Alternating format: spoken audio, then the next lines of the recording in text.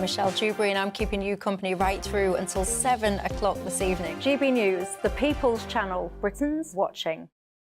People in Britain, they love free speech, but they also love fair play. I don't care if I'm speaking somebody from a trade union, from the Labour Party, somebody from the SNP. And I think the viewers like to see that actually we can challenge one another, but in a positive way. We think we ask the questions that people want to ask, and often we ask the questions that we wanted to ask in Parliament but never got the chance to ask. So join us every Saturday, 10 a.m. till noon on GB News, Britain's news channel. In a world of dull and predictable radio and TV shows. Oh, hi. On Mark Dolan tonight, we've got big guests. We drill into the big stories of the day. The show adds up to a brilliant listening and viewing experience. Mark Dolan Tonight is the most entertaining current affairs show ever, and that's a fact. That's Mark Dolan Tonight, Friday, Saturday and Sunday from 9. Only on GB News, Britain's news channel. Every Sunday from 11, join Michael Portillo. There will be topical discussion, looking at the week before and the week to come. So kick back and relax at 11 a.m. on Sundays on GB News with me, Michael Portillo. GB News, the People's Channel, Britain's news channel. Join me, Patrick Christie's, Monday to Friday, 3 till 6. We tackle the day's news agenda like you've never seen before. It's high tempo, high octane, the most controversial topics and the best guests. You will not be able to take your eyes and ears off it. I'm not afraid to ask the questions that you really want answered. 3 till 6 p.m, Monday to Friday on GB News, the People's Channel, Britain's news channel. What you get for breakfast is something that, if we do our jobs right, you will wake up to news that you didn't know the night before. It's a conversation. It's not just me and Eamon. We want to get to know you, and we want you to get to know us. From 6, it's Breakfast with Eamon and Isabel. Monday to Thursdays on GB News, Britain's news channel.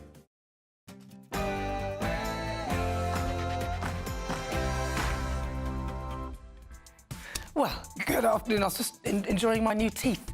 Hello and welcome to GB News on TV, online and on digital radio. I'm Nana Akua. And for the next few hours, me and my panel will be taking on some of the big topics hitting the headlines right now.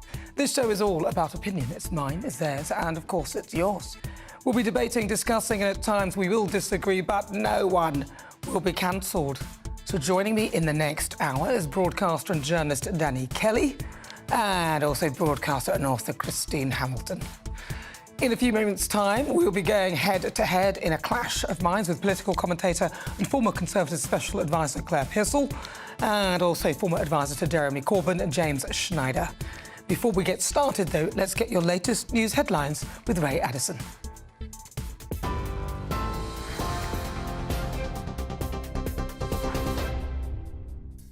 Thanks, Nana. Good afternoon. It's 1 minute past 3. Our top stories. Conservative Chair Greg Hands has said the Tories will enter the next general election as underdogs in his opening speech at the party conference. His comments come just hours after the Prime Minister refused to commit to tax cuts. Rishi Sunak said his focus is on halving inflation because it impacts the poorest the most. On a visit to Burnley, the PM insisted his approach is deeply conservative, saying it's a Thatcherite policy. The best tax cut that we can deliver right now is to halve inflation. Now, that's something that I'm deeply committed to. It's the first of my 5 priorities. Why? Because that's how we can help people with the cost of living. We just want to put more money in people's pockets. And the best way to do that right now is through halving inflation. And that is a deeply conservative approach to this. And my colleagues understand that. This is what Margaret Thatcher did. Well, tax is set to be a key issue over the 4-day event, with more than 30 Tory MPs promising not to support the autumn statement if it contains any hikes. Shadow Health Secretary Wes Streeting says they're right to question the PM's tax policies, including his views on inheritance tax. After 13 years of Conservative government, we end up in a position where even its own MPs are having to campaign against their unfair tax policies. And I think Conservative MPs are quite right to say, how is it that we've got the worst, highest tax burden in 70 years? They should also be asking Rishi Sunak why, instead of thinking about cutting taxes for working people, he's looking to give himself and other super rich people a tax break by cutting a tax that affects 4% of people in this country, a tax cut that would earn him personally £300 million. Key part of the Windsor framework has come into effect for Northern Ireland, with a new system introduced to move products from Great Britain. Goods which are being transported to the EU will use a red lane, which includes customs declarations and some checks, while those bound for Northern Ireland will use a green lane with minimal paperwork and no checks. Not for EU labels will start appearing on some products in stores. And the Secretary of State for Northern Ireland, Chris Heaton-Harris, says he's exploring new ferry routes. The first stage of implementing the Windsor Framework Agreement has commenced, removing barriers that existed for Great Britain-based businesses to trade with Northern Ireland. This morning, bright and early, I visited Peel Port in Birkenhead to see the smooth flow of trade and goods able to travel between Great Britain and Northern Ireland. I'm now actually also actively exploring how we can support a new ferry route between Larne and Liverpool so we can seize the moment to increase trade within the UK even further. Meanwhile, protesters have been gathering outside of the Tory party conference in Manchester, calling for an end to the Conservative government. Some are holding signs reading "Bring down the Tories" and "Free the North." Others are protesting against the Minimum Service Levels Act, defending the right to strike.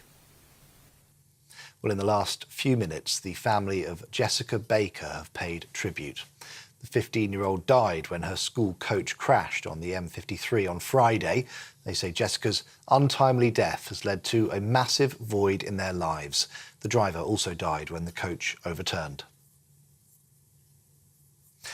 Ofgem's energy price cap has now fallen across England, Wales and Scotland. In place for the next 3 months, the average household bill is set to be reduced by around £150. That's still more than 50% higher than pre-crisis levels. The government is yet to announce any financial support for struggling households. Shop owners are asking the Home Secretary to specifically outlaw a tax on retail staff. Close to 90 business leaders say the government should create a new offence of assaulting, threatening or abusing a retail worker to bring English and Welsh law in line with Scotland. A survey from the British Retailer Consortium found that incidents of violence nearly doubled in the 2021-22 financial year compared with before the pandemic. And some single-use plastic items are now banned in England. Businesses can no longer sell products like plastic cutlery, plates and polystyrene cups, and they face fines if they do. Local authorities will be able to carry out inspections to make sure that the rules are being followed. Andrew Crook is president of the National Federation of Fish Fryers. He says people need to be educated on how to recycle this new packaging. This is a product called bagasse, which is a compostable. It's made from sugarcane, so it does have a carbon footprint because it comes from China.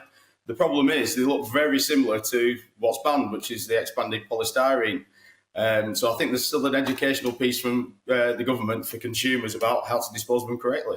If they don't find their way into a bin and they're just discarded, they'll just act the same as plastic. And a lot of it, even if it ends up in general waste, will either be incinerated to produce electricity or end up in landfill. This is GB News across the UK on TV, in your car, on digital radio and on your smart speaker by saying play GB News. Now let's get back to Nana.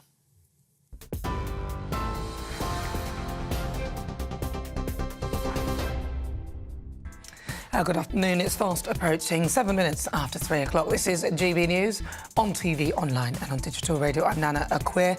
Now, before we get stuck into the debates in the next hour, let me introduce you to my head-to-headers, political commentator and former Conservative Special Advisor Claire Pearsall, and also former advisor to Jeremy Corbyn, James Schneider. Now, they're going head-to-head in a clash of minds in a few moments' time, and this is what we'll be discussing. We'll be crossing live first, though, to Manchester as the Conservative Party conference gets underway and bringing you the latest throughout the whole conference as Rishi Sunak, the Conservative Party, outline their vision for the future. And coming up in this hour, we can expect to hear from Foreign Secretary James Cleverly and also Defence Secretary Grant Shapps. And we'll be discussing whether the UK should be ramping up our support for Ukraine. Shapps has floated the idea that British could soon be training troops on the ground in Ukraine.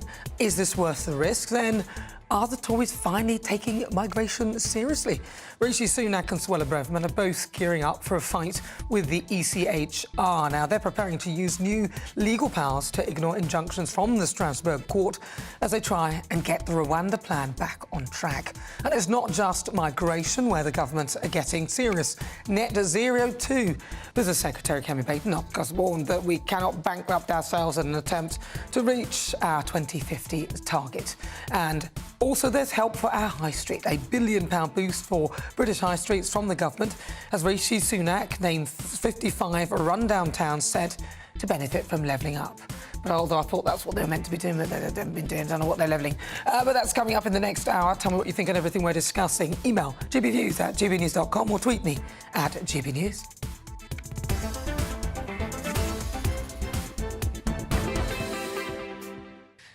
So today marks the kick-off of the Tories' annual conference in Manchester as pressure mounts on Prime Minister Rishi Sunak to turn around his party's struggling fortunes. I mean, if only they'd stop the infighting.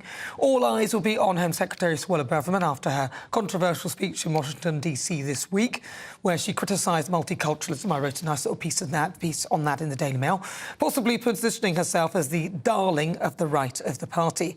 And today's speakers include Foreign Secretary James Cleverly, who we'll hopefully be hearing from, and Defence Secretary Grant Shapps. Joining me now, though, to give an update on what's on the agenda for the next couple of days as the mood of conference is GB News Deputy Political Editor Tom Harwood. Tom, welcome.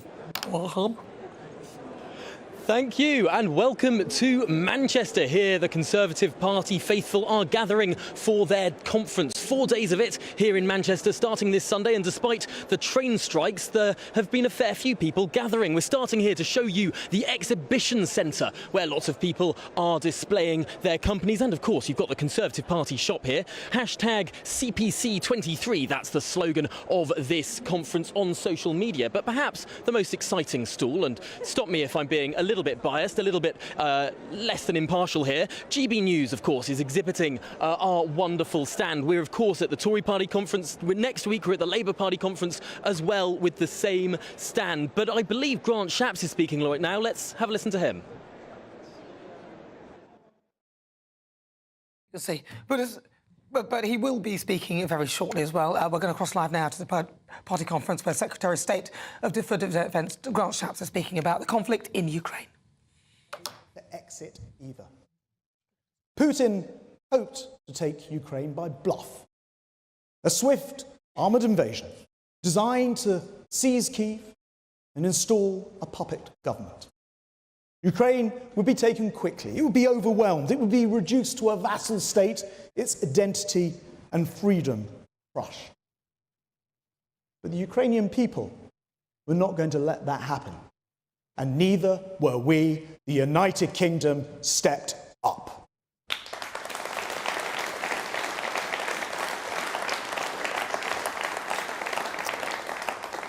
We have provided billions in military aid, second only to the contribution of the United States. We have consistently been the first in responding to Ukraine's needs. The NLAW anti-tank missiles, wisely sent in advance by Britain, thank you to Ben Wallace, were crucial in those first early weeks when the fate of Ukraine hung in the balance. And as NLAWs struck fear into the hearts of invading Russian tank crews at the beginning, so our long-range cruise missiles do the same for Russian commanders today. With weapons like Storm Shadow, everywhere in Russian-occupied Ukraine is on the front line. We must not let up now. The war is consuming weapons and ammunition and, yes, people at an appalling rate. If Ukrainians are to prevail against the evil assault on their homeland, we must remain steadfast. And that's why we're helping to train their F-16 pilots. It's why by the end of this year, we'll have trained more than 50,000 Ukrainian recruits, starting well in advance of the war. And of course, it's why Ukrainians have been welcomed by so many British families under the Homes for Ukraine scheme, including, for a year, my own home. Now, my wife and I were partly moved to act because our own ancestors fled to this country to escape the pogroms of Eastern Europe in an earlier age. But what really moved us most was the palpable sense of generosity from the British public for our new arrivals to Britain. Complete strangers came forward with clothes, with school books for 6-year-old Nikita, and most precious of all, their time to help ensure the 3-generation Ukrainian family that came to live with us felt truly at home in the United Kingdom. You know, we should never be complacent about this country. Whatever our grumbles, this is a precious and incredibly generous land.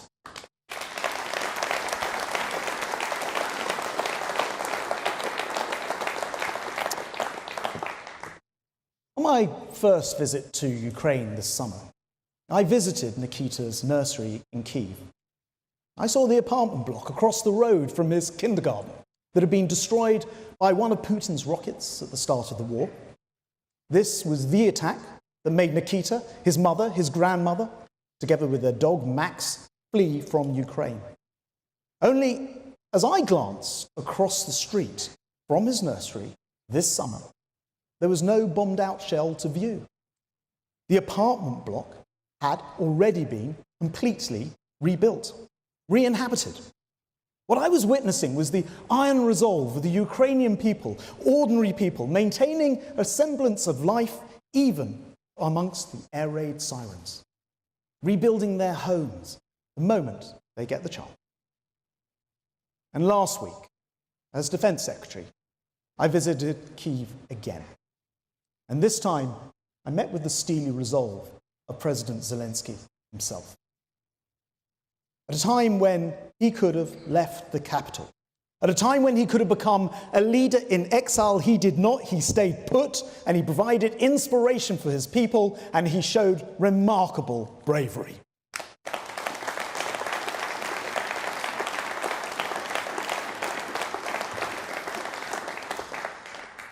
Ukraine has taught us a lesson. The war reminds us of the unprovoked aggression by one nation against another is still a reality in global affairs. Left unchecked, we are all in danger.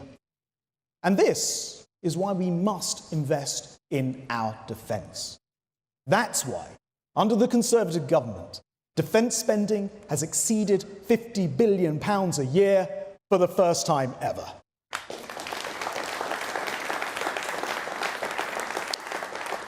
And conference, it's why we'll maintain our leading position in NATO by increasing defence budget to 2.5% of GDP when conditions allow. Because we know the world is changing. So, as a result, we're working ever closer with our allies, developing the latest naval technology to protect our Commonwealth kith and kin in the Pacific as they face the challenge of a rapidly expanding Chinese Navy. Deploying the 2 of the world's largest and most advanced carriers in history the Royal Navy has ever seen in the Queen Elizabeth HMS and HMS Prince of Wales. We're ploughing billions into our own naval shipbuilding programme, as well as into civilian construction, create jobs and to grow our economy. And Britain is one of the few nations capable of operating in every ocean in the world simultaneously. Our ultimate national insurance policy is, of course, our at-sea nuclear deterrent. So we're building the new Dreadnought-class submarines that will carry Britain's nuclear deterrent into the middle of this century. And today, I can announce that we've signed contracts worth £4 billion with leading British businesses to drive forward the development of the most powerful attack submarines ever operated by the Royal Navy.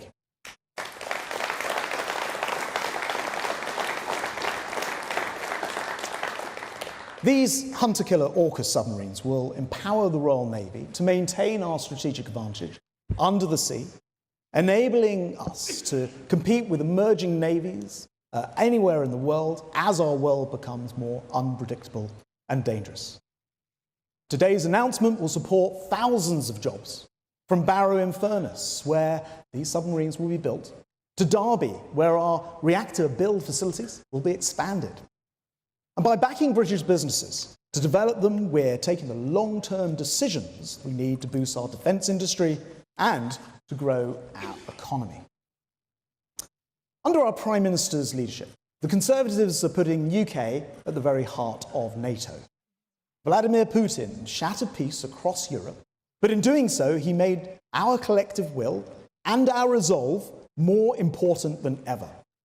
And in response, the UK is taking a leading role in ensuring that NATO remains the bedrock of our security for us and for our allies.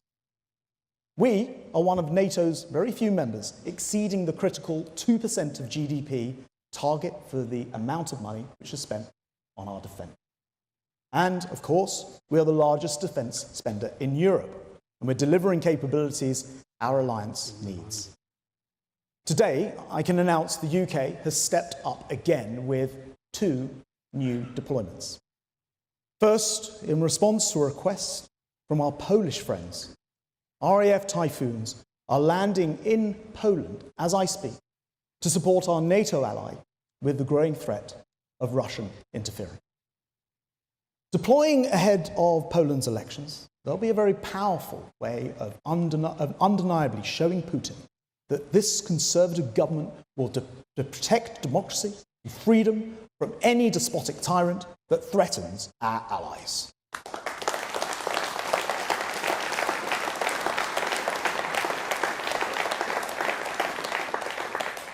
And second, ahead of what I think has been a concerning week, or at the end of what I think has been a concerning week, there's been a request from NATO's Supreme Allied Commander, Europe. And so I have authorised the full deployment of a battalion-sized UK Strategic Reserve Force to NATO's Kosovo peacekeeping mission. In the days ahead, hundreds of soldiers from the 1st Battalion, Princess of Wales Royal Regiment, will join the 400 British servicemen and women already in Kosovo. And as the best of the best, I know our soldiers will do the United Kingdom proud.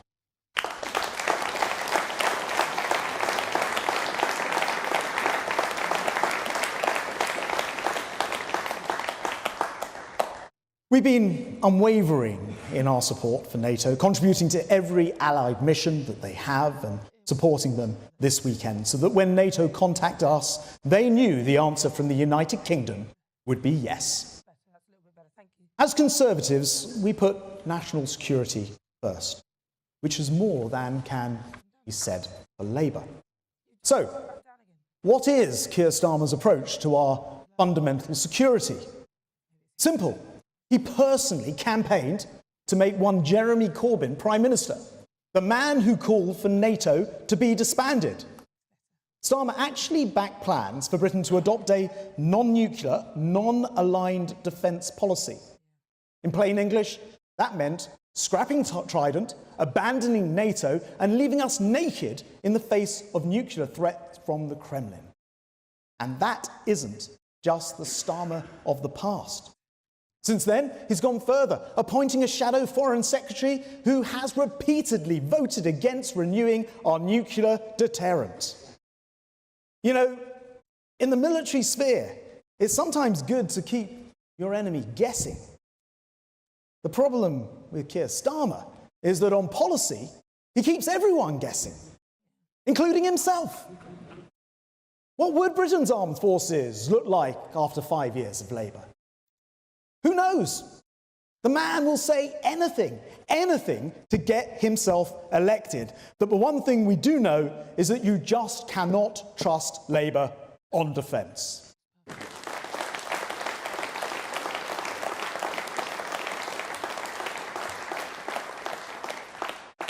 And if, perish the thought, Labour get back into power, the old habits will resurface.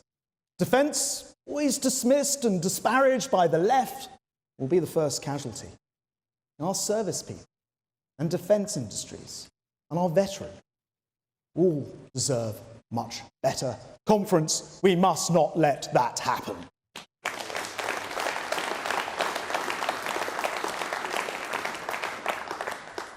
But there is one area in which we absolutely must do better.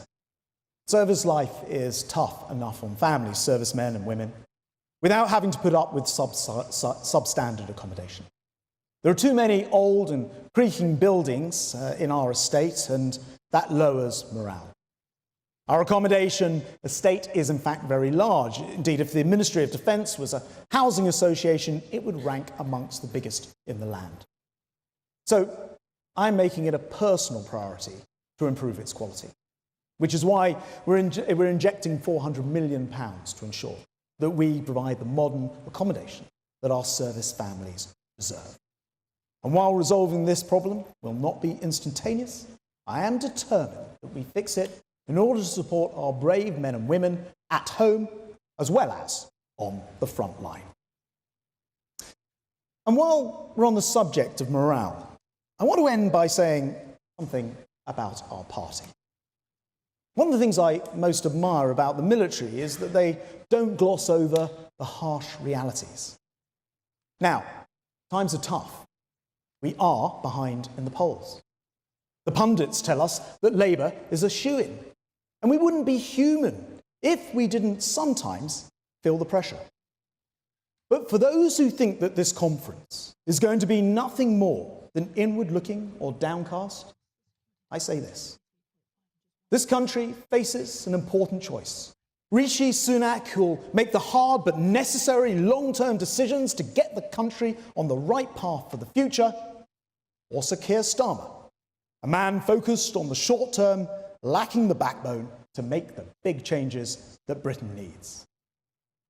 In Rishi, we have a leader who's weathered a very brutal baptism of fire and is coming through.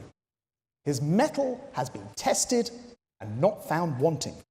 He stuck to his course, trusting in what he believes to be right for the country. It doesn't always make him popular in the short term, but that is the price of doing the right thing. We need leadership that puts the national interest over self-interest and does what is right, not what is easy. Now, I trust British people, their good sense, and they can spot a serious man to take the tough decisions. And they can spot an opposition leader who's made an art out of political opportunism. So let's take the fight to Say Anything Starmer. He's measuring the curtains. He thinks he's home and dry. He thinks that he can take Downing Street by bluff. But as the steely Sir Claude Auchinleck said before the first battle of El Alamein, when the British had their backs to the wall and Rommel seemed triumphant, let's show him where he gets off. Thank you.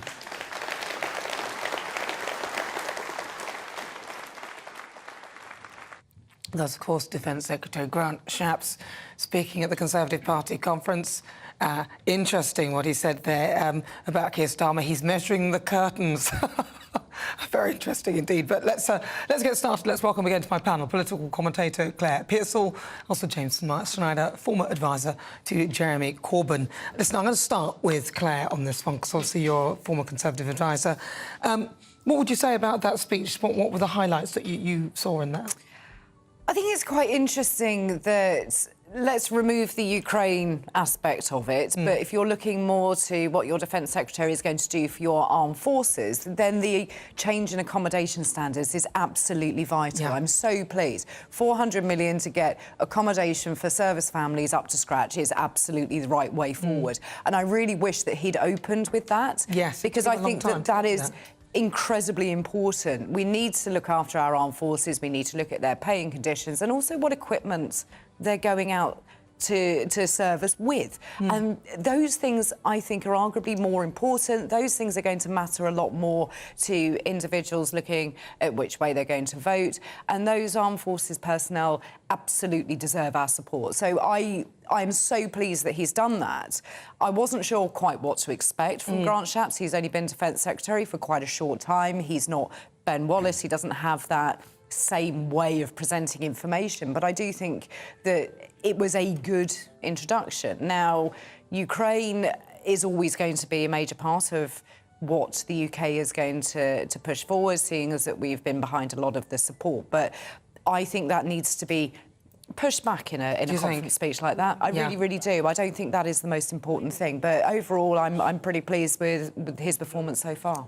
James Schneider, what did you make of it? He did reference Jeremy Corbyn, your ex-boss, and he talked about how Corbyn didn't want a trident in any of the nuclear deterrents, and if we'd be left exposed. He did. So Claire's completely right with the accommodation policy, which was actually one of Labour's policies under Jeremy Corbyn. We had all of those issues as Claire's talking about, as well as education for forces children, were a focus in our policies.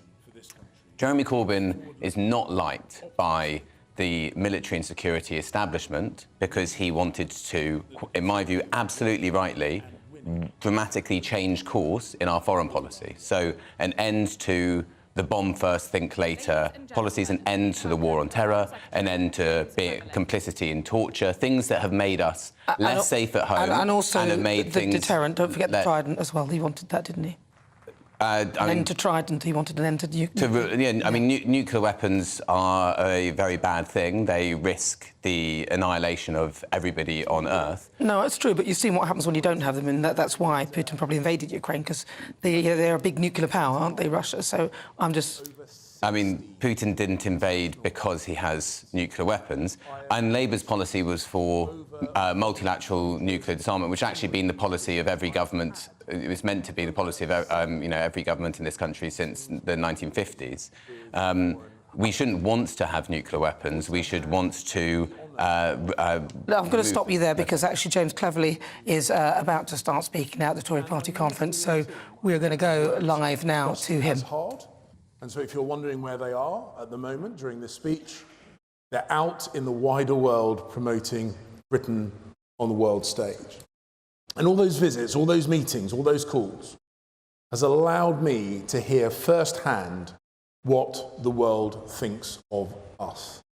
And as a result, my view of Britain's standing in the world has never been clearer. People want to see us. People care about what we say. People admire what we stand for. But perhaps most importantly, people respect what we do. Far from being left on the sidelines, we remain right at the heart of things. And we should all be immensely proud of our country's standing on the world stage. And let me explain why. And let me explain to the people who think that Brexit has hindered us. Let me spell it out to the people who think our best years are behind us. And let me make it clear to those on the Labour benches who want to play politics and put our country down. This government, with Rishi Sunak at the helm, takes decisive measures and is prepared to take the tough, long-term decisions for the benefit of our country. And so, of course, we send emergency rescue teams to Morocco and to Turkey and Syria in response to those terrible earthquakes. And of course, we evacuate those British nationals caught up in the Sudan conflict. But we also sign free trade agreements with countries around the globe. We lead by example in our unrelenting support for Ukraine, and we call out Russia for its heinous crimes. And we sanction the brutal Iranian judges who target the brave women of that country who are campaigning for nothing more than their freedoms. We have consistently helped the worst off in the world lift themselves out of poverty. We have consistently fought injustice wherever we see it. And we have consistently led the way in times of international crisis. But some people ask me, when they talk to me, they say, James, that's all well and good, that's great. But what does foreign affairs matter to the British people? How does it help the people of Braintree, or Belfast, or Banchory, or Bridgend? Well, it helps because when we engage with our allies, old or new, we become safer and we become more prosperous. The PM gets it. Our party gets it. You get it. Keir Starmer and his crowd don't get it. And over the last few years, of course, we have seen incredibly tough global circumstances. A global pandemic. And as my good friend Grant has just said, we are now confronted with a brutal war on our own continent. But this Prime Minister was prepared to take the tough, long-term decisions that we needed. And we have thrived, despite the incredibly strong economic headwinds, powered by the pandemic and intensified and amplified by the war in Ukraine. And because of his long-term decisions, our economy is back to pre-pandemic levels, and Britain has recovered quicker from that pandemic than Europe's biggest economies. Under this Prime Minister, we have made immense progress in very little time. And unlike under Starmer, Labour are all talk. Under Sunak, we are about action.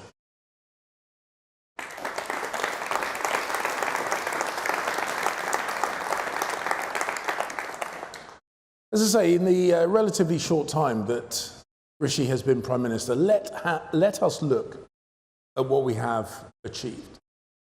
We agreed the Windsor Framework in February.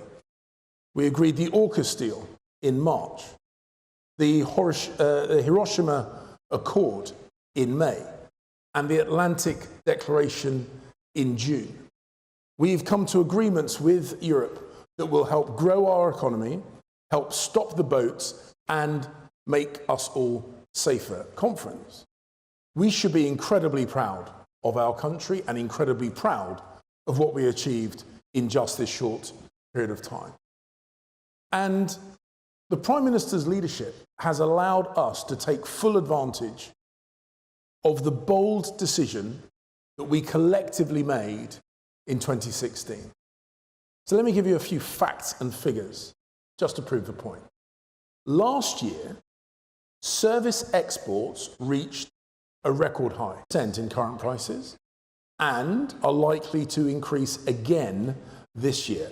And we remain the second largest service exporter in the world, behind only the United States of America, which, I may remind you, has 5 times as many people as us. And today, nearly 60% of UK exports go to non-EU countries, and that is up from 52% in 2010.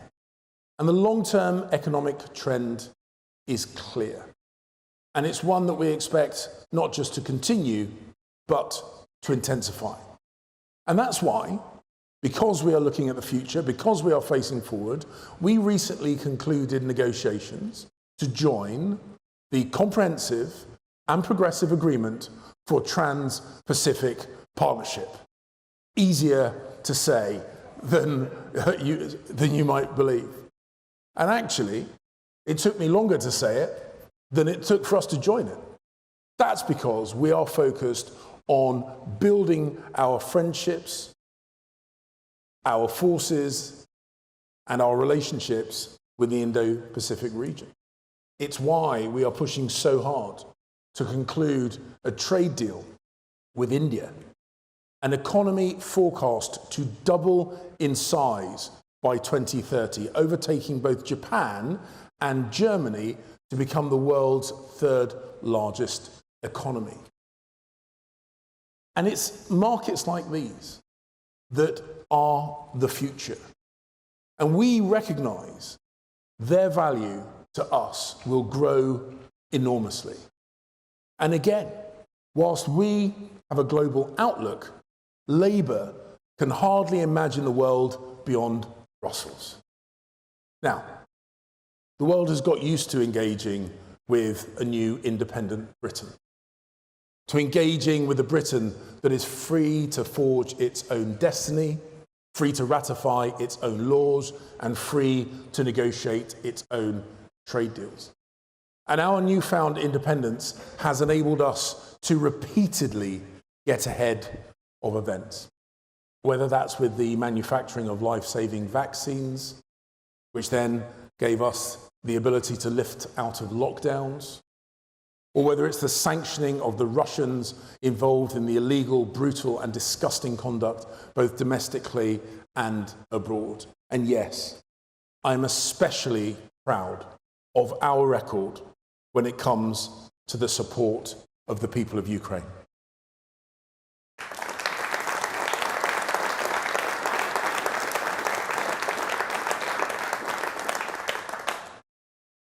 We foresaw the extent and the intensity of the fight that President Zelensky and his brave people faced in February of 2022.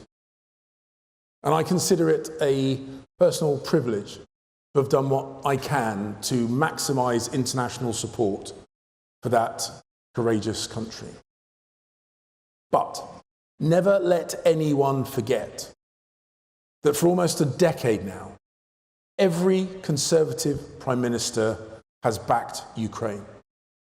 From training Ukrainian troops after the initial invasion of Crimea, 2014, to standing up to Putin over the poisonings in Salisbury, from arming Ukrainians with the NLAW missile systems when Russia first initiated their full-scale invasion, to sanctioning Putin and his cronies who have facilitated the brutalizing of the Ukrainian people. And let's remember that Prime Minister Rishi Sunak continued in this proud tradition with his unwavering support. He was the first world leader to supply Ukraine with NATO standard main battle tanks.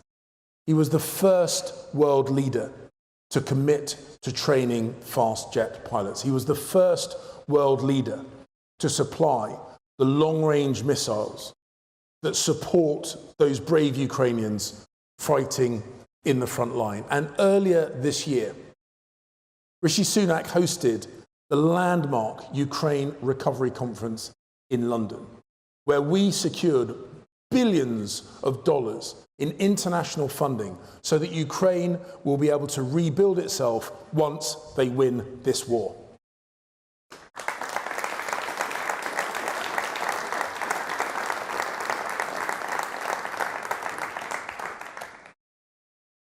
Whilst I occupy this great office, I've considered the many challenges that we face as a nation, and I've contemplated the ways of making my department more effective at tackling those obstacles. For example, when it comes to stopping the boats, we have and will continue to coordinate and cooperate not just across government, but with our international allies as well. We have collaborated closely with the governments of the countries where these inhumane people smuggling gangs are based.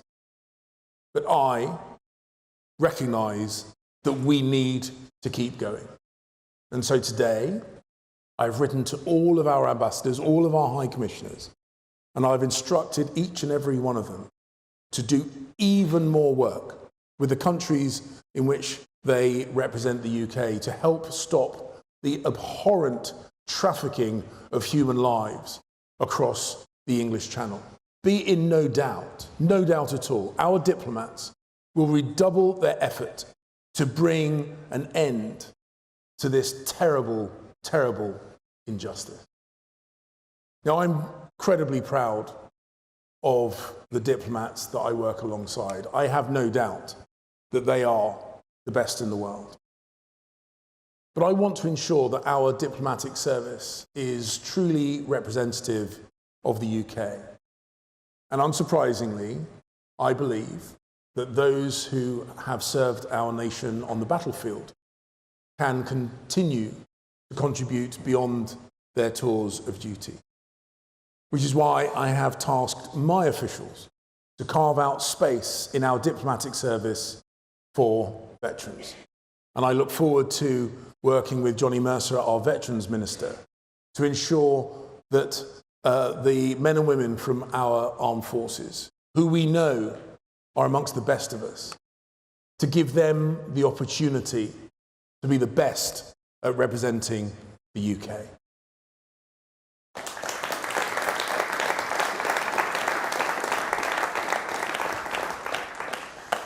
And you will forgive me, but it does make me immensely proud to offer those who have served our country with unparalleled distinction the opportunity to serve their nation once again. Speaking of service and pride, you will know that I served as chairman of this great party during 2019. And I remember the doomsters and the gloomsters who predicted another hung parliament. They predicted an outright Conservative loss, or at best, modest Conservative gains.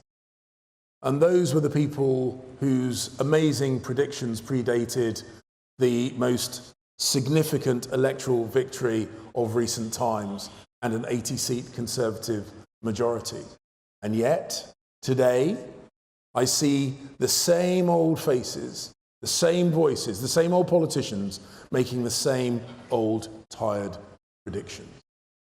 And when I look across the floor at the House of Commons, I see a group of spineless ditherers, devoid of answers to any of the challenges the world faces or that our country faces. And yet, they're there, baying with disapproval at the tough but necessary decisions that our government has to make. And where, I ask myself, is the leadership from their so-called leader? Because Sir Keir can't make up his mind whether he supports leaving the EU or whether he supports remaining in the EU or rejoining the EU. He pledged to cut tuition fees in order to get elected as Labour leader and then went back on his promise as soon as he became Labour leader. He resigned from Corbyn's cabinet, then he rejoined Corbyn's cabinet, then he campaigned to make Jeremy Corbyn Prime Minister. What we see is no clarity, no consistency, no policies, no plan, only the same old tired opportunistic politics. Keir Starmer's Labour Party doesn't stand for anything.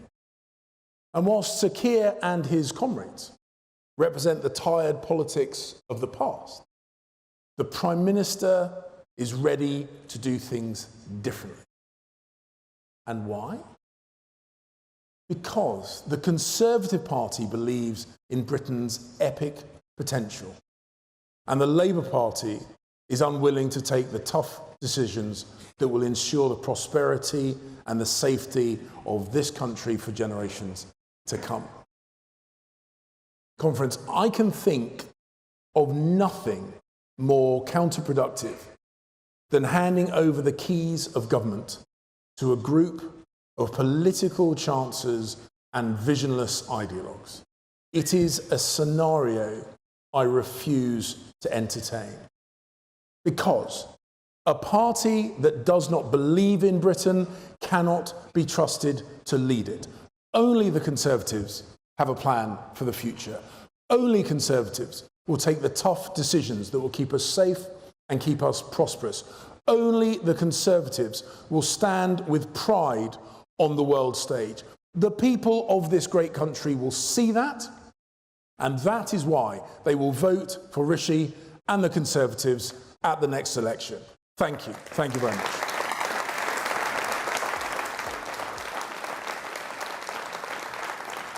Well, there we have it, James Cleverly, Foreign Secretary at the Tory party conference. If you just joined us, welcome. This is GB News. It's coming up to 47 minutes after 3 o'clock. I'm Nana Akua. He spoke of remaining at the heart of things. He said, let's explain to those who think Brexit has hindered us.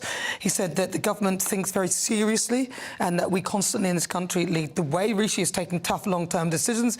Because of him, our economy is back to pre-pandemic levels and recovering faster than Europe. He also said we should be proud that he's achieved all of that in such a short space of time. He talked about service exports, which grew by 20%. He's also written to a load of ambassadors, he said, and high commissioners to help stop human trafficking. And he's decided that he's going to look to make sort of diplomats out of a lot of vets. He talks about predictions of a hung parliament when Boris Johnson won in a landslide, and he called the opposition spineless ditherers as he looks across the floor in the House of Commons. And he discusses and talks about Keir Starmer, and he said that Keir Starmer resigned when he was Corbyn's in cabinet, and then he resigned again, and all this nonsense. I'm going to come to you, James Schneider. Sure. What did you feel about that speech? He laid in at the end into Keir Starmer, but your overview, what were your thoughts?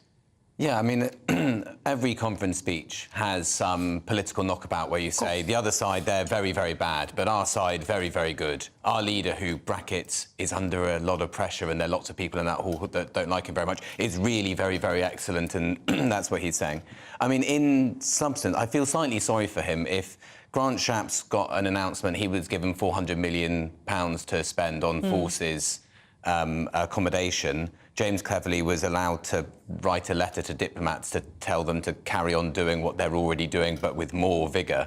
I mean, the stuff on trade, I mean, he's saying there's a clear vision, and there isn't really a clear vision. A lot of the criticisms that he was making of Starmer in terms of not having a clear idea of what policies and the direction the country could go, I think you could say that about the current government. I mean, do you think, I mean, Rishi has laid out his 5 plans, so it's 5 points, hasn't he, quite clearly? So that is a clear vision. Yeah, well, those are all quite short-term. But you did say that he's not. I mean, the Conservative Party, I think, have laid out their clear 5-point plan as to where. I mean, and Starmer's got 5 missions or whatever. Yeah, but you said but I mean, in terms, so saying, well, some trade isn't, that we're doing less trade with the EU and more trade elsewhere. That's not saying what's our geoeconomic future, what are the industries that we're going to have, how are we dealing with the energy transition, how do we fit into the new US and China competition over supply chains, all of these very big things which are going to structure whoever is in power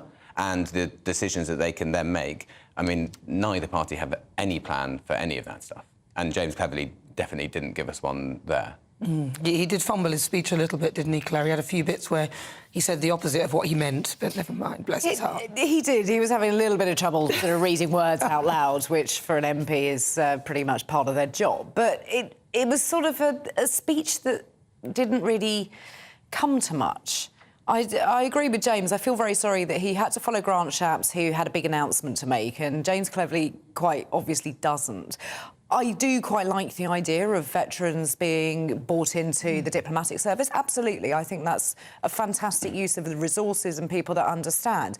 But he seemed to then go on about Brexit, about trade, about small boats, about everybody else's department other than his, really, which is a shame. I'd like to know more about what the Foreign Office is going to do with China, for example, and relations with that country, the Middle East, Libya, Palestine. You know, there are a lot of problems. There are an awful lot of things that the Foreign Office should and could be looking at. And that's what I would want to hear more of, not that he's just written a strongly worded letter to some high commissioners and ambassadors. It just felt a little bit flat. There seemed to be quite a lot of false endings as well, where you thought it was going to be over, then it just wasn't, and he went on. Exactly. Now, I hope that this is just sort of first day and everybody's getting all their mistakes out of the way and it's going to ramp up. But unfortunately, it just feels a little bit flat at the moment, which is unusual for conference. Normally, on the first day, you try and get everybody interested, excited, going into the evening to start the Monday with a full-packed agenda. And it just feels like it's lacking a little bit of energy at the moment. So, from his speech, then, what should the Foreign Secretary be focusing on, in your view? Because, as you said, he talked a bit about this, a bit about small boats, he talked a bit about diplomats, he talked a bit about Jeremy Corbyn and this. He didn't... What should their focus be?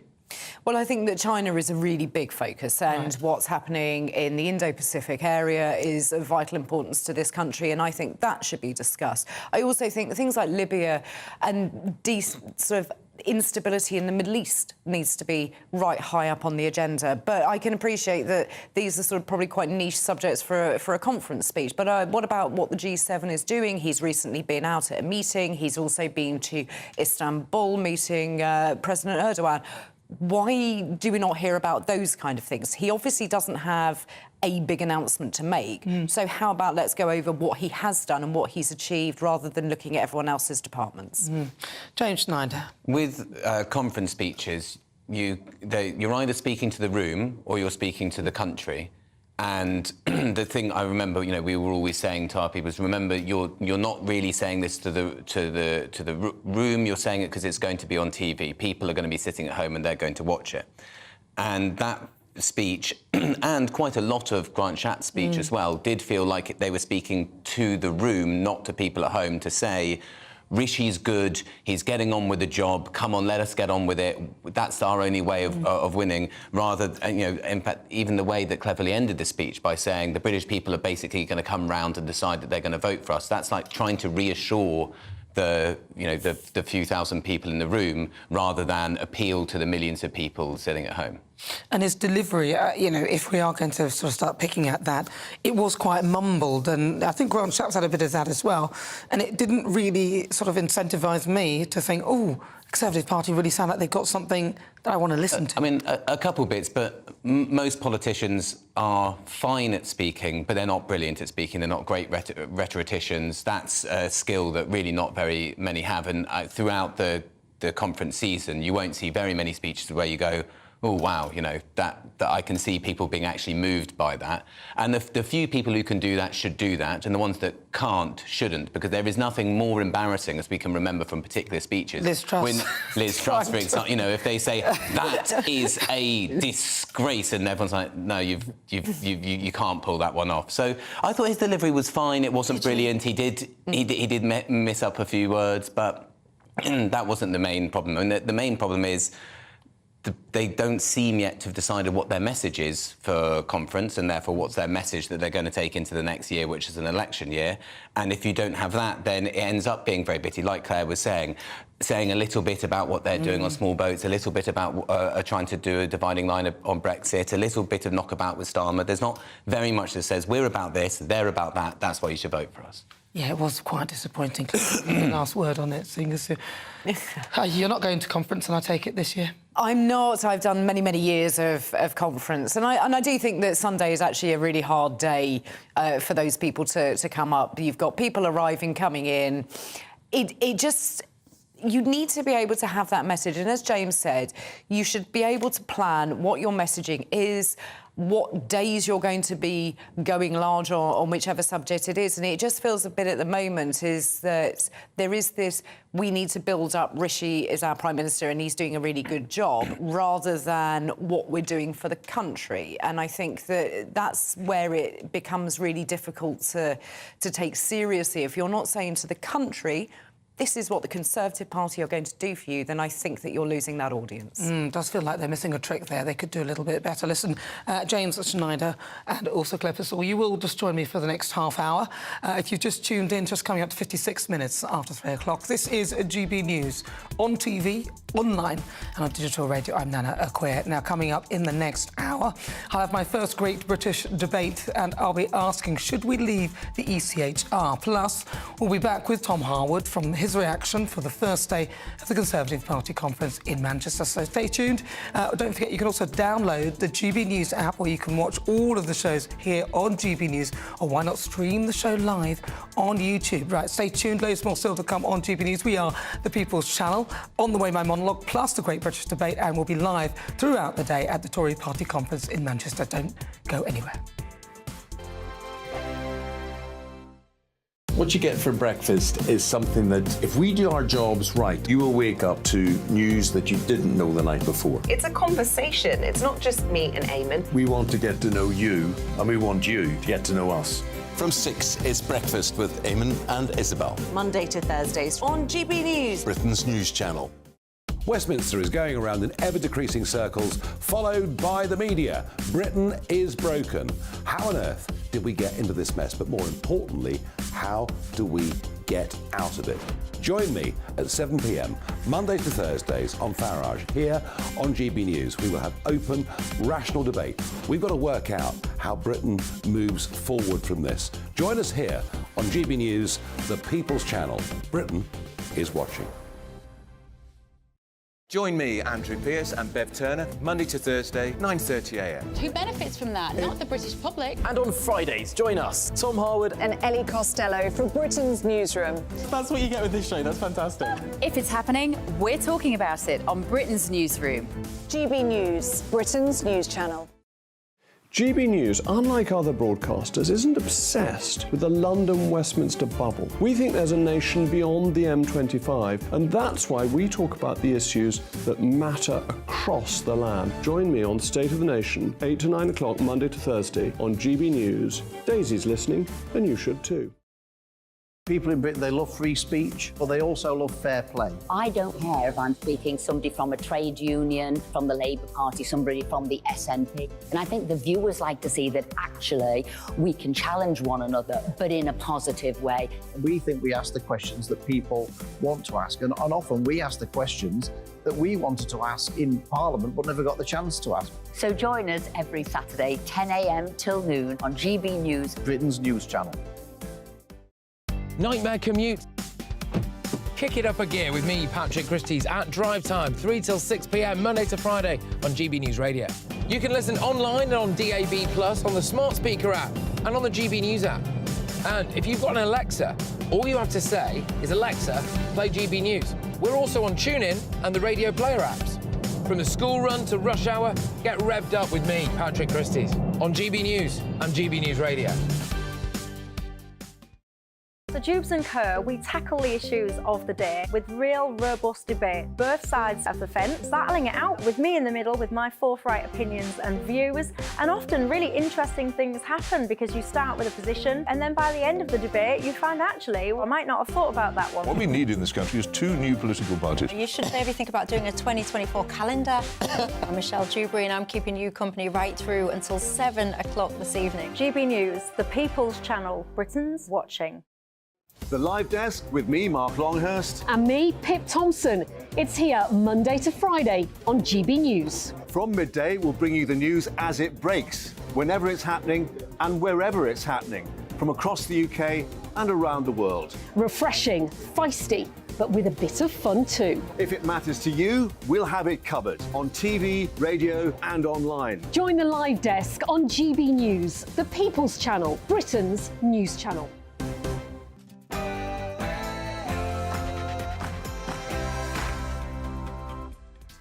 Hello, good afternoon. Welcome to GB News on TV, online and on digital radio. I'm Nana Akua. It's just gone 4 o'clock. We're live. We've got loads more to come in the next hour. Join me and my panel. We'll be taking on some of the big topics hitting the headlines right now. This show is all about opinion. It's mine, it's theirs, and of course it's yours. We'll be debating, discussing, and at times we will disagree, but no one will be cancelled. So joining me today is broadcaster and journalist Danny Kelly, also broadcaster and author Christine Hamilton. It was the other way around. I like it when it's the other way around, so I can just be mean. But before we get started, let's get your latest news headlines.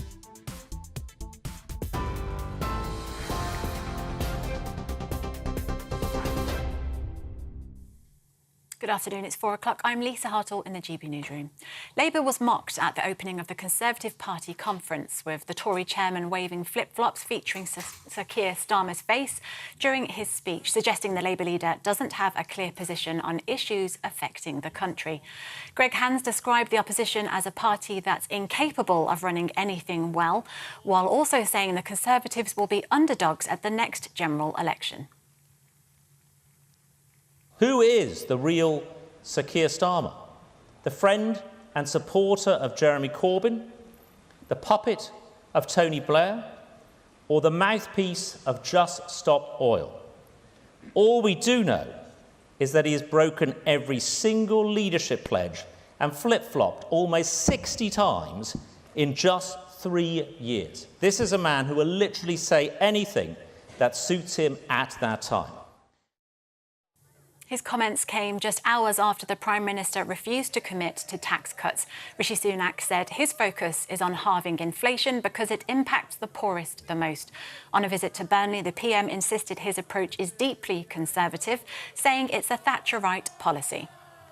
The best tax cut that we can deliver right now is to halve inflation. Now, that's something that I'm deeply committed to. It's the first of my 5 priorities. Why? Because that's how we can help people with the cost of living. We just want to put more money in people's pockets. And the best way to do that right now is through halving inflation. And that is a deeply conservative approach to this. And my colleagues understand that. This is what Margaret Thatcher did. Tax is set to be a key issue over the next 4 days, with more than 30 Tory MPs promising not to support the autumn statement if it contains any hikes. Shadow Health Secretary Wes Streeting says they're right to question the PM's tax policies, including inheritance tax. After 13 years of Conservative government, we end up in a position where even its own MPs are having to campaign against their unfair tax policies. And I think Conservative MPs are quite right to say, how is it that we've got the worst, highest tax burden in 70 years? They should also be asking Rishi Sunak why, instead of thinking about cutting taxes for working people, he's looking to give himself and other super rich people a tax break by cutting a tax that affects 4% of people in this country, a tax cut that would earn him personally £300 million. A key part of the Windsor framework has come into effect for Northern Ireland, with a new system introduced to move products from Great Britain.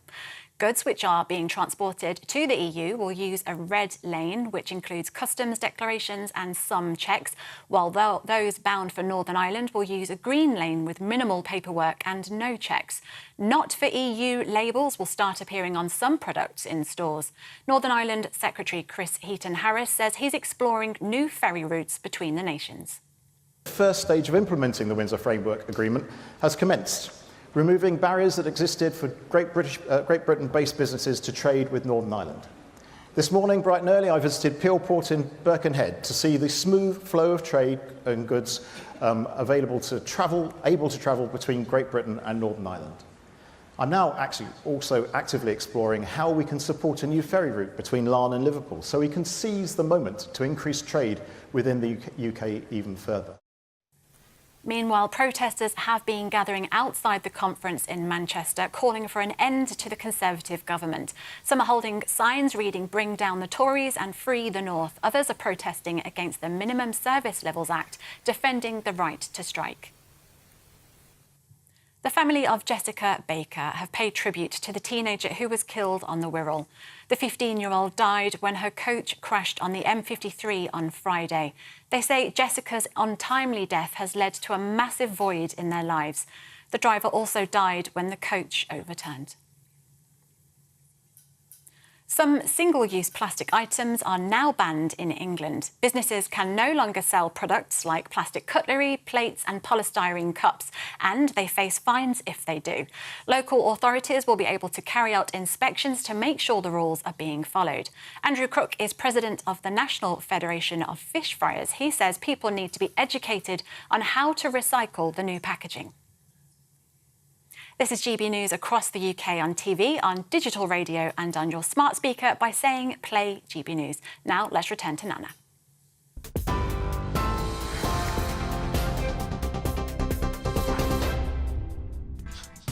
Hello, good afternoon. Welcome to GB News. If you just tuned in, where on earth have you been? But before we get stuck into the debates, here's what else is coming up today. For the Great British Debate this hour, I'm asking, should we leave the ECHR? Following calls from a whole bunch of Tory voices, is the Prime Minister finally starting to act on issues around migration? And at 4:50, it's World View. We'll cross to LA with Paul Dudridge, the host of the Politics People podcast, and get the latest from Donald Trump and his woes of being stripped of his business licence in New York.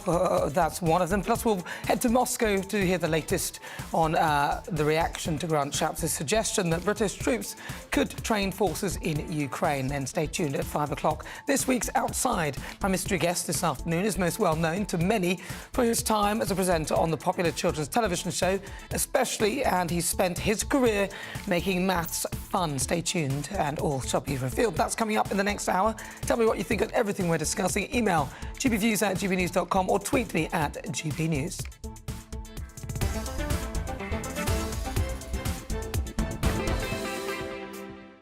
But before we do all that, let's return to Manchester. We're joined now by GB News Deputy Political Editor Tom Harwood to get the latest on what's happening with the Conservative Party conference. Tom, welcome.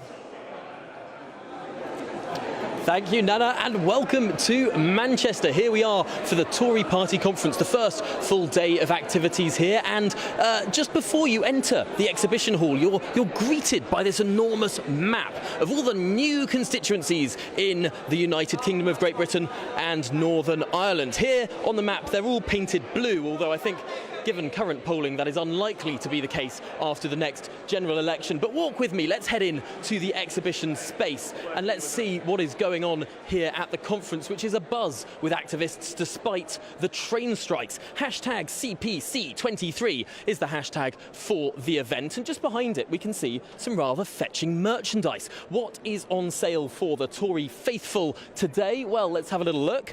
It is a bag with Margaret Thatcher's face on it, an apron with Margaret Thatcher's face on it, and indeed a bag with Winston Churchill on it, and a wonderful quote there: never give in, never, never, never. Strangely though, I'm yet to find any merchandise with the current Prime Minister's face on it. Make of that what you will. But let's swing round now, and you may well be able to see just in the distance behind me a rather splendid stand. This, blazoned with Union Jack colours, indeed is the GB News home for the next 4 days.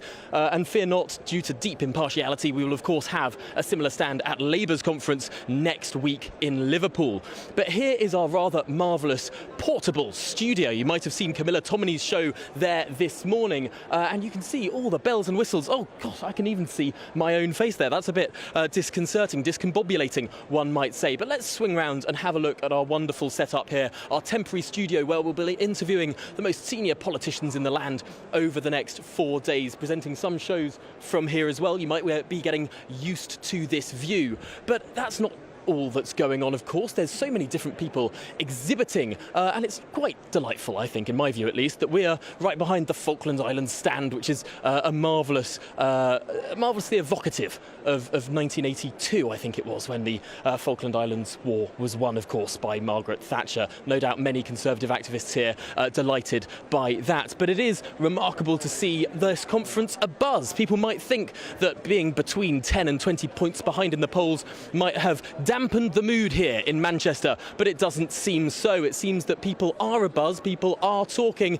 and indeed we've heard from some senior cabinet ministers today so far as well. But the real action, perhaps, the real buzz, might not be coming from the conference theatre, I suppose, where the main speeches are happening. Perhaps the real news, and where people are most excited, comes from the fringe events. Now, these are spread out in lots of different rooms elsewhere, aside from this central zone, but that's perhaps where the real news will happen and where the real interest is going on. The Prime Minister himself was speaking at a local PM Connect event only a little while ago. That seemed to be very well attended, perhaps slightly better attended than some of these cabinet ministers' speeches, where the room has been rather empty. Yes, thank you very much, Tom. There's Tom Harwood. He's live there in Manchester at the Conservative Party conference. We'll be catching up with him throughout the day. I shall also be going there tomorrow as well, but I'm not accredited, so I'll be on the outside. It doesn't matter. Apparently, the best things happen there. You're with me. I'm Nana Akua. This is GB News on TV, online and on digital radio. It's fast approaching 11 minutes after 4 o'clock. So has inaction man Rishi Sunak sprung into action? Can he really win the general election? Or is he too little, too late? Now, the latest election polls have put Labour's lead to just 10 points. For the best part of the last year, that lead has been some 20 points, so double.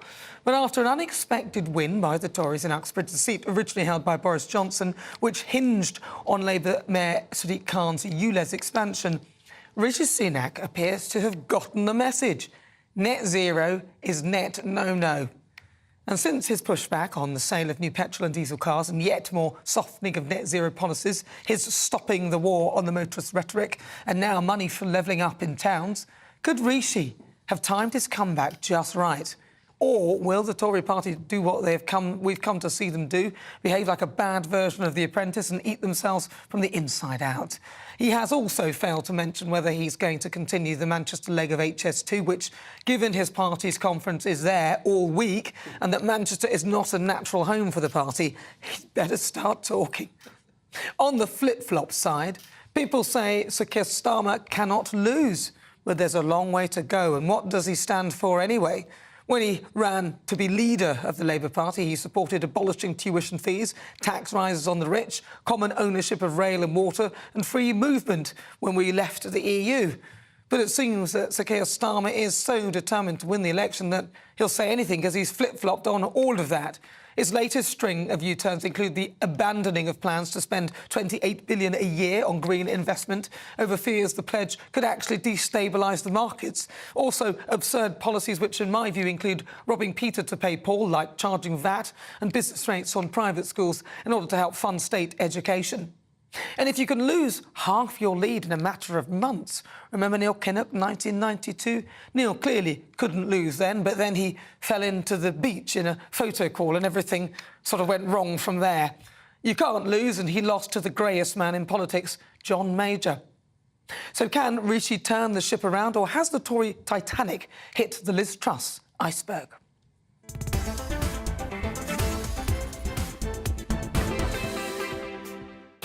Right, let's get started. Let's welcome again to my panel broadcaster and author Christine Hamilton, also broadcaster and journalist Danny Kelly. I got to do it.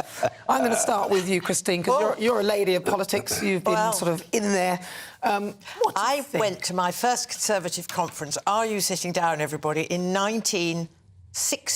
No. Yep, I was a student. I wasn't even born. I know. Most people weren't born in 1969. Not to make you feel bad. I don't feel bad. I feel wonderful. I mean, they were fabulous. I mean, the great thing, we'll get on to the nitty in a minute, but I mean, the great thing about conferences, whatever party, is that the people who are out there representing your views on the world stage, etc., in Parliament, are meeting up with the grassroots, the people who deliver the leaflets, the people, the students, the student politicians. It's a wonderful mixing pot for people. And I was at a rather left-wing university, and it was such a shot in the arm to go to wherever it was. It was always the seaside. It was always Blackpool or Brighton or Bournemouth in those days. No, not Bournemouth early then. Was because you realised you weren't actually the only Tory on the planet, which is at uni I used to think I was. So they're very good. But anyway, what was your question? Oh, no.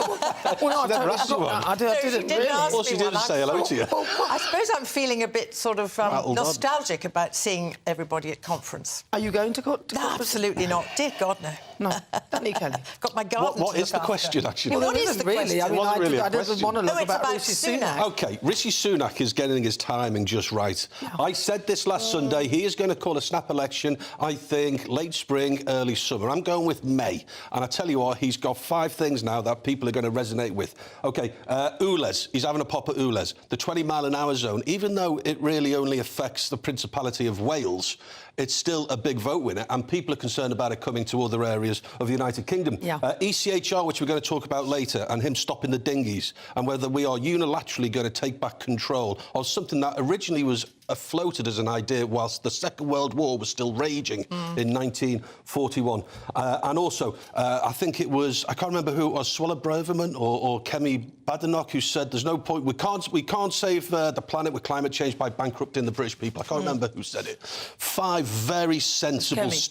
OK, 5 incredibly sensible, common-sense statements that will resonate. And I think we are on the precipice of the run-up to a snap election. I thought you were going to say we're on the precipice of a Tory victory. I was about to say, I hope you're right. The trouble is, the Tories have spent 13 years pretending to be Tories, haven't they? And all they've managed to... And they've now got 12 months when they are... Sorry, they've had 13 years failing to be Tories. They've now got 12 months pretending to be Tories. What people want to vote for is change. And I've written down bags. Those bags at the party conference, no mention of Sunak, but there was Margaret Thatcher. Now, the 2 big agents of change in modern history in Tory leaders have been Margaret Thatcher and Tony Blair, and people voted for them in their droves. And people are you could argue that Boris Johnson also, with his massive majority that he got there. He did, but it wasn't. He wasn't such but he didn't do anything when he got there. Well, no, he didn't. I mean, what the Tories have done is change. Of course, as Prime Ministers, what have we? Is it 5 we've had in the last few years? But they're going to vote for change, and that is what I think. If Rishi Sunak can really show that he is the candidate for change, whereas at the moment people think, oh, it's going to be Keir Starmer because we've had the Tories for so long. But I think change is the key. And, you know, you mentioned the war.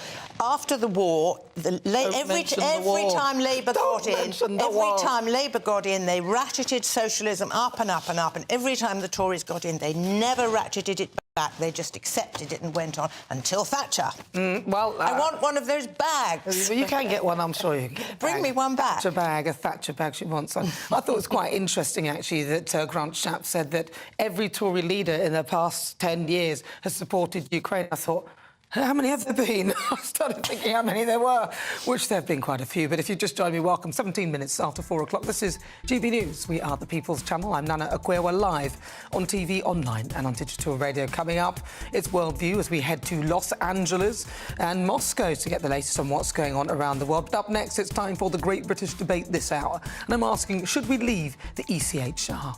I've got a poll up right now as well on X or Twitter, asking you that very question. Should we leave the ECHR? You can send me your thoughts. Email gbviews@gbnews.com or tweet me at GBNews. Cast your vote now.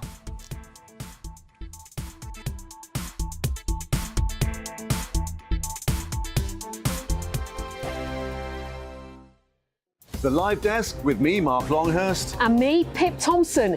It's here Monday to Friday on GB News. From midday, we'll bring you the news as it breaks, whenever it's happening and wherever it's happening, from across the UK and around the world. Refreshing, feisty, but with a bit of fun too. If it matters to you, we'll have it covered on TV, radio and online. Join the Live Desk on GB News, the People's Channel, Britain's news channel.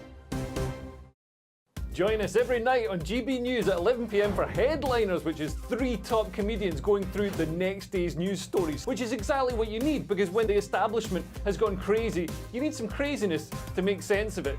Headliners. You don't have to bother reading the newspaper. We've got it covered for you. Every night at 11 p.m. and repeated every morning at 5 a.m. We won't send you to sleep like some of the other paper review shows out there. So join us 11 p.m. every night on GB News. The People's Channel, Britain's news channel. So Jubes and Kerr, we tackle the issues of the day with real robust debate, both sides of the fence, battling it out with me in the middle with my forthright opinions and views. And often really interesting things happen because you start with a position and then by the end of the debate you find actually, well, I might not have thought about that one. What we need in this country is 2 new political parties. You should maybe think about doing a 2024 calendar. I'm Michelle Dewberry and I'm keeping you company right through until 7 o'clock this evening. GB News, the People's Channel, Britain's watching. People in Britain, they love free speech, but they also love fair play. I don't care if I'm speaking somebody from a trade union, from the Labour Party, somebody from the SNP. And I think the viewers like to see that actually we can challenge one another, but in a positive way. We think we ask the questions that people want to ask, and often we ask the questions that we wanted to ask in Parliament but never got the chance to ask. So join us every Saturday, 10 a.m. till noon on GB News, Britain's news channel.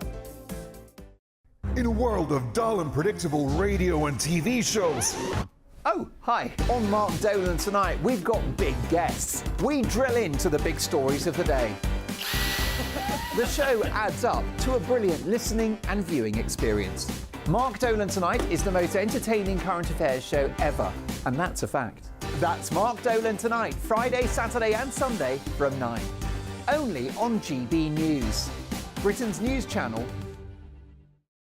Every Sunday from 11, join Michael Portillo. There will be topical discussion, looking at the week before and the week to come. So kick back and relax at 11 a.m. on Sundays on GB News with me, Michael Portillo. GB News, the People's Channel, Britain's news channel.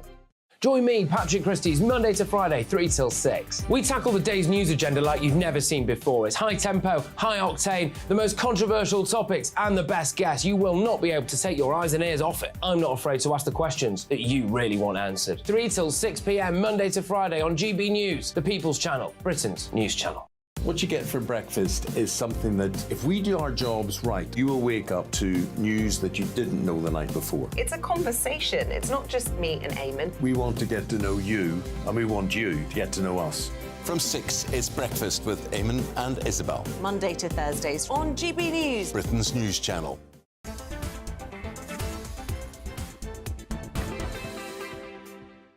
Good afternoon, 21 minutes after 4 o'clock. This is GB News. We are the People's Channel. I'm Nana Akua. It's time now for the Great British Debate this hour, and I'm asking, should we leave the ECHR?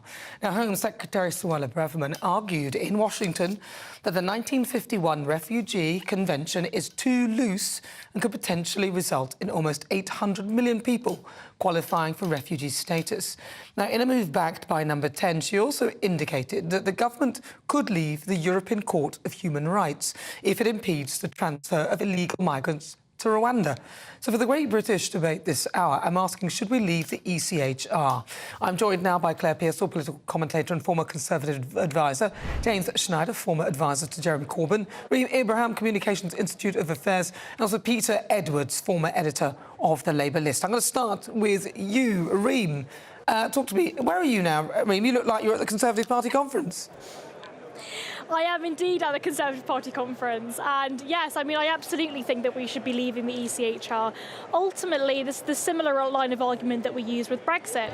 If we want to have sovereignty in this country and we want to take over many of these issues and decide them here in the United Kingdom, then we should ensure that we do that. Now, many of the different human rights laws that are effectively there in the ECHR are already available in UK legislation. Many of them were already there before we joined the ECHR. And if there is anything that we want to add to UK law, we can do that through an Act of Parliament if there is the electoral will to do so.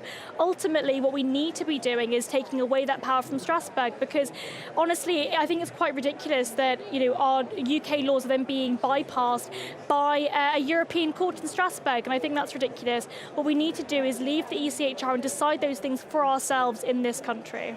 But Reem, haven't we got the illegal migration bill? It's not illegal, unfortunately. This is an unfortunate way of saying it. But surely that gives us powers so that we can override the ECHR anyway. Absolutely, but I mean, this really comes down to first principles. This isn't the first time that the ECHR have overridden something in the UK. We've seen, in the past when we were trying to capture people in Afghanistan, and the ECHR had a problem. Well, the ECHR effectively meant that we had an issue with the regulations around the way that we captured prisoners of war from the Taliban. So ultimately, I think it's about looking at the history and also looking towards the future. We don't want a European court to have jurisdiction in this country. We should be deciding these things for ourselves. OK, Peter Edwards, what's your view?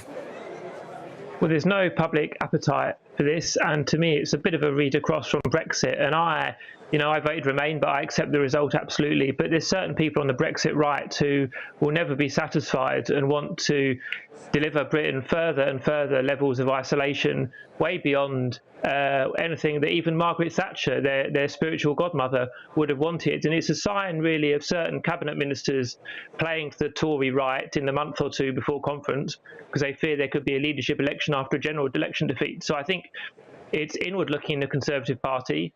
I think it's not necessary. I think there's no public appetite for it. And in about 20 years of campaigning for Labour, in all types of seats, it's never come up on the doorstep once for me. Interesting. We'll go to you, Claire Pearsall. No, we shouldn't. The ECHR is there for many different reasons. It's not just there to thwart the will of the Home Secretary. When you look at what's happening with Northern Ireland and the peace process that has gone on over there and the Good Friday Belfast Agreement, if we leave the ECHR, we are then in breach of that. And where does that leave the island of Ireland and Northern Ireland themselves? So I think there are much more nuanced positions that you can take, and it seems a little bit of a knee-jerk reaction to say to solve one problem, you pull us out of something which we were the original signatory of. So I think that you need a little bit more thought in all of this.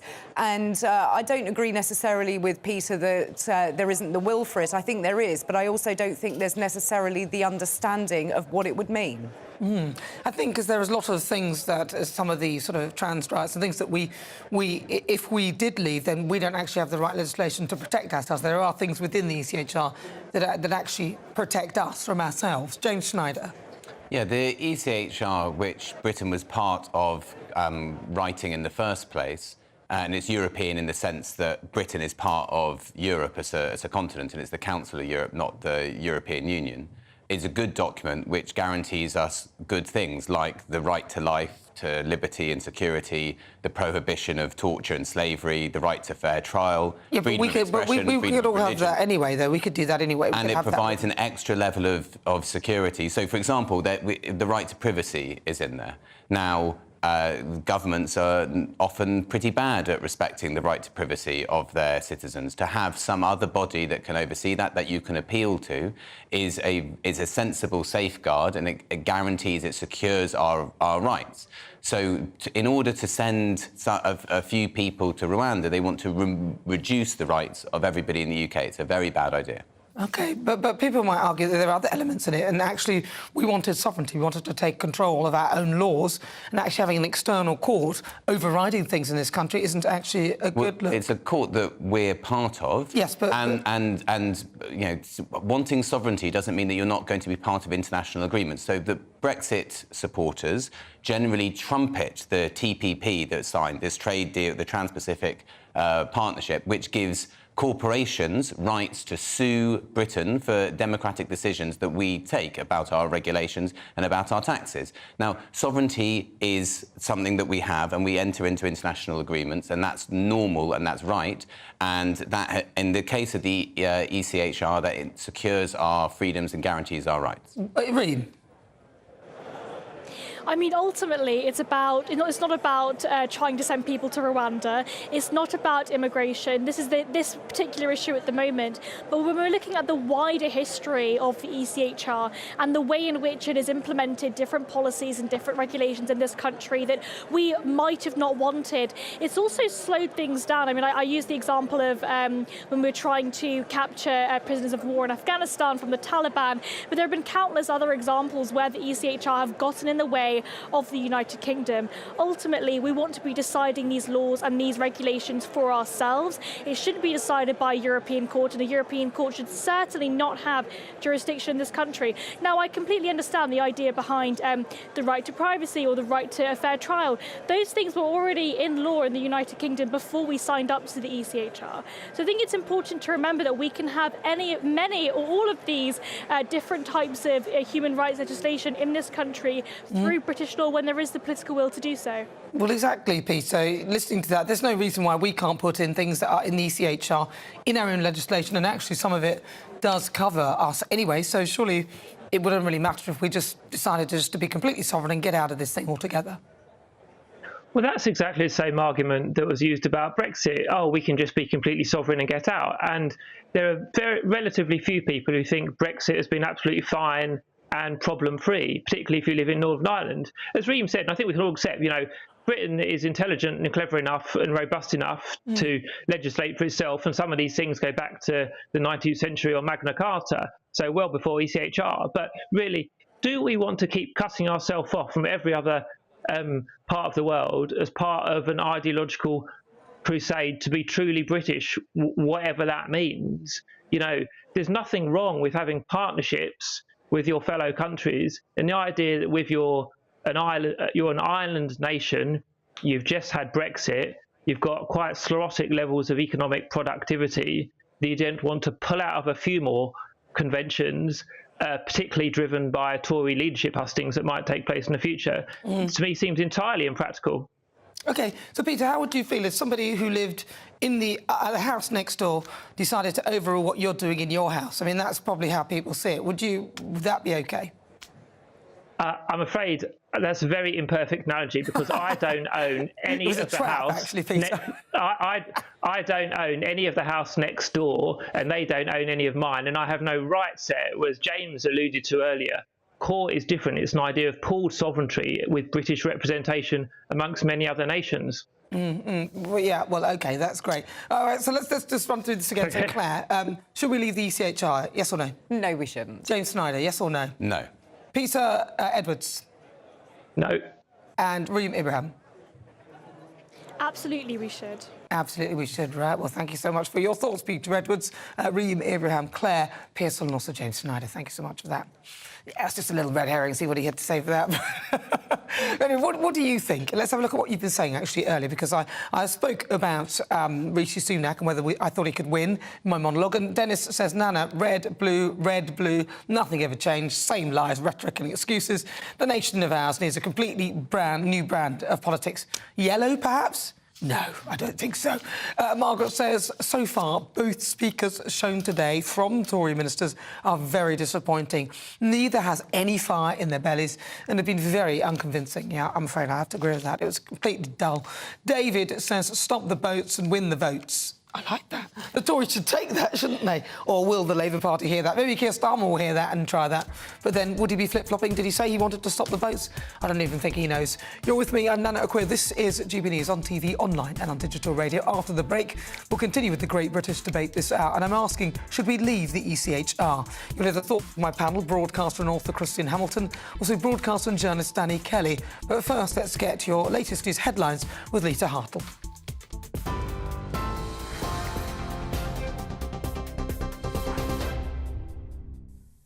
It's 4:32. I'm Lisa Hartle in the GB newsroom. Labour was mocked at the opening of the Conservative Party conference, with the Tory chairman waving flip-flops featuring Sir Keir Starmer's face during his speech, suggesting the Labour leader doesn't have a clear position on issues affecting the country. Greg Hands described the opposition as a party that's incapable of running anything well, while also saying the Conservatives will be underdogs at the next general election. Meanwhile, tax is set to be a key topic at the four-day event, but the Prime Minister has so far refused to commit to any cuts. Rishi Sunak says his focus is on halving inflation because it impacts the poorest the most. On a visit to Burnley ahead of today's gathering, the PM insisted his approach is deeply conservative. Outside protesters have been gathering in Manchester, calling for an end to the Conservative government. Some are holding signs reading "Bring down the Tories" and "Free the North." Others are protesting against the Minimum Service Levels Act, defending the right to strike.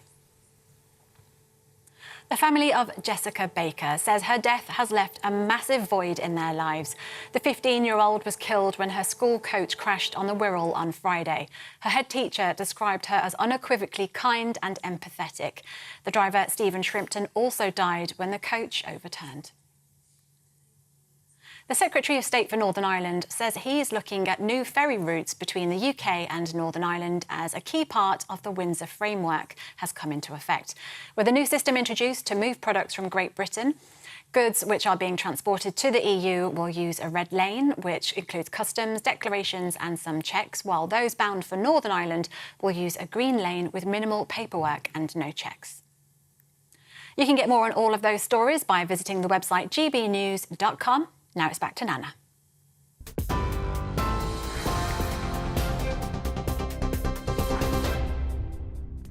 Thank you, Lisa. Just coming up to 35 minutes after 4 o'clock. Coming up, this week's Outside. He's most well known to many over as his time as a presenter on popular children's television show. He's a big fan of maths. He's also known for making maths fun.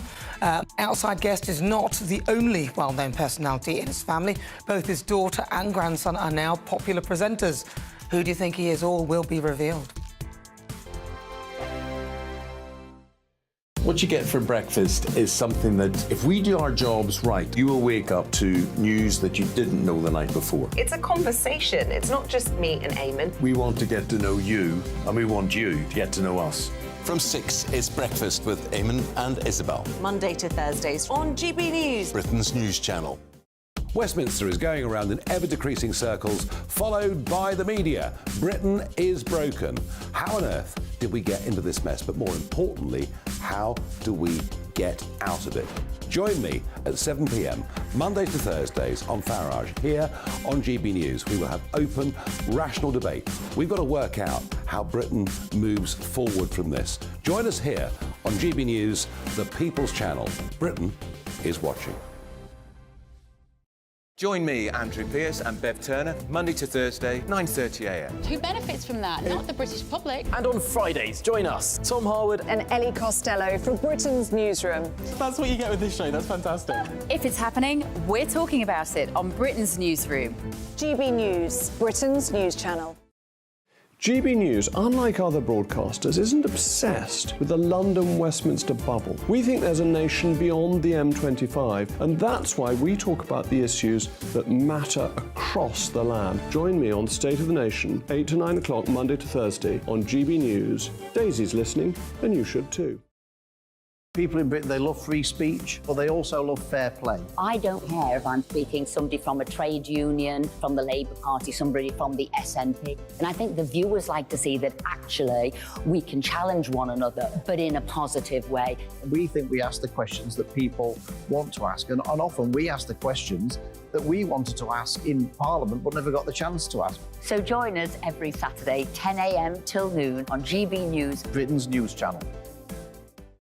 Nightmare commute. Kick it up a gear with me, Patrick Christie's, at drive time, 3 till 6 p.m, Monday to Friday on GB News Radio. You can listen online and on DAB+, on the smart speaker app, and on the GB News app. And if you've got an Alexa, all you have to say is, Alexa, play GB News. We're also on TuneIn and the Radio Player apps. From the school run to rush hour, get revved up with me, Patrick Christie's, on GB News and GB News Radio. So Jubes and Kerr, we tackle the issues of the day with real robust debate, both sides of the fence, battling it out with me in the middle with my forthright opinions and views. And often really interesting things happen because you start with a position and then by the end of the debate you find actually, well, I might not have thought about that one. What we need in this country is 2 new political parties. You should maybe think about doing a 2024 calendar. I'm Michelle Dewberry and I'm keeping you company right through until 7 o'clock this evening. GB News, the People's Channel, Britain's watching. The Live Desk with me, Mark Longhurst. And me, Pip Thompson.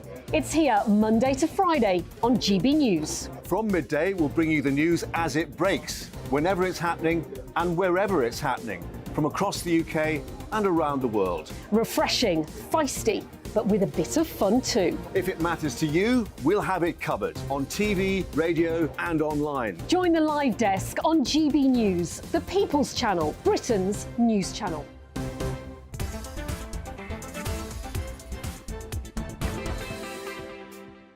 39 minutes after 4 o'clock. This is GB News. We are the People's Channel. I'm Nana Akua. Welcome on board. It's time now for the Great British Debate this hour. And I'm asking, should we leave the ECHR?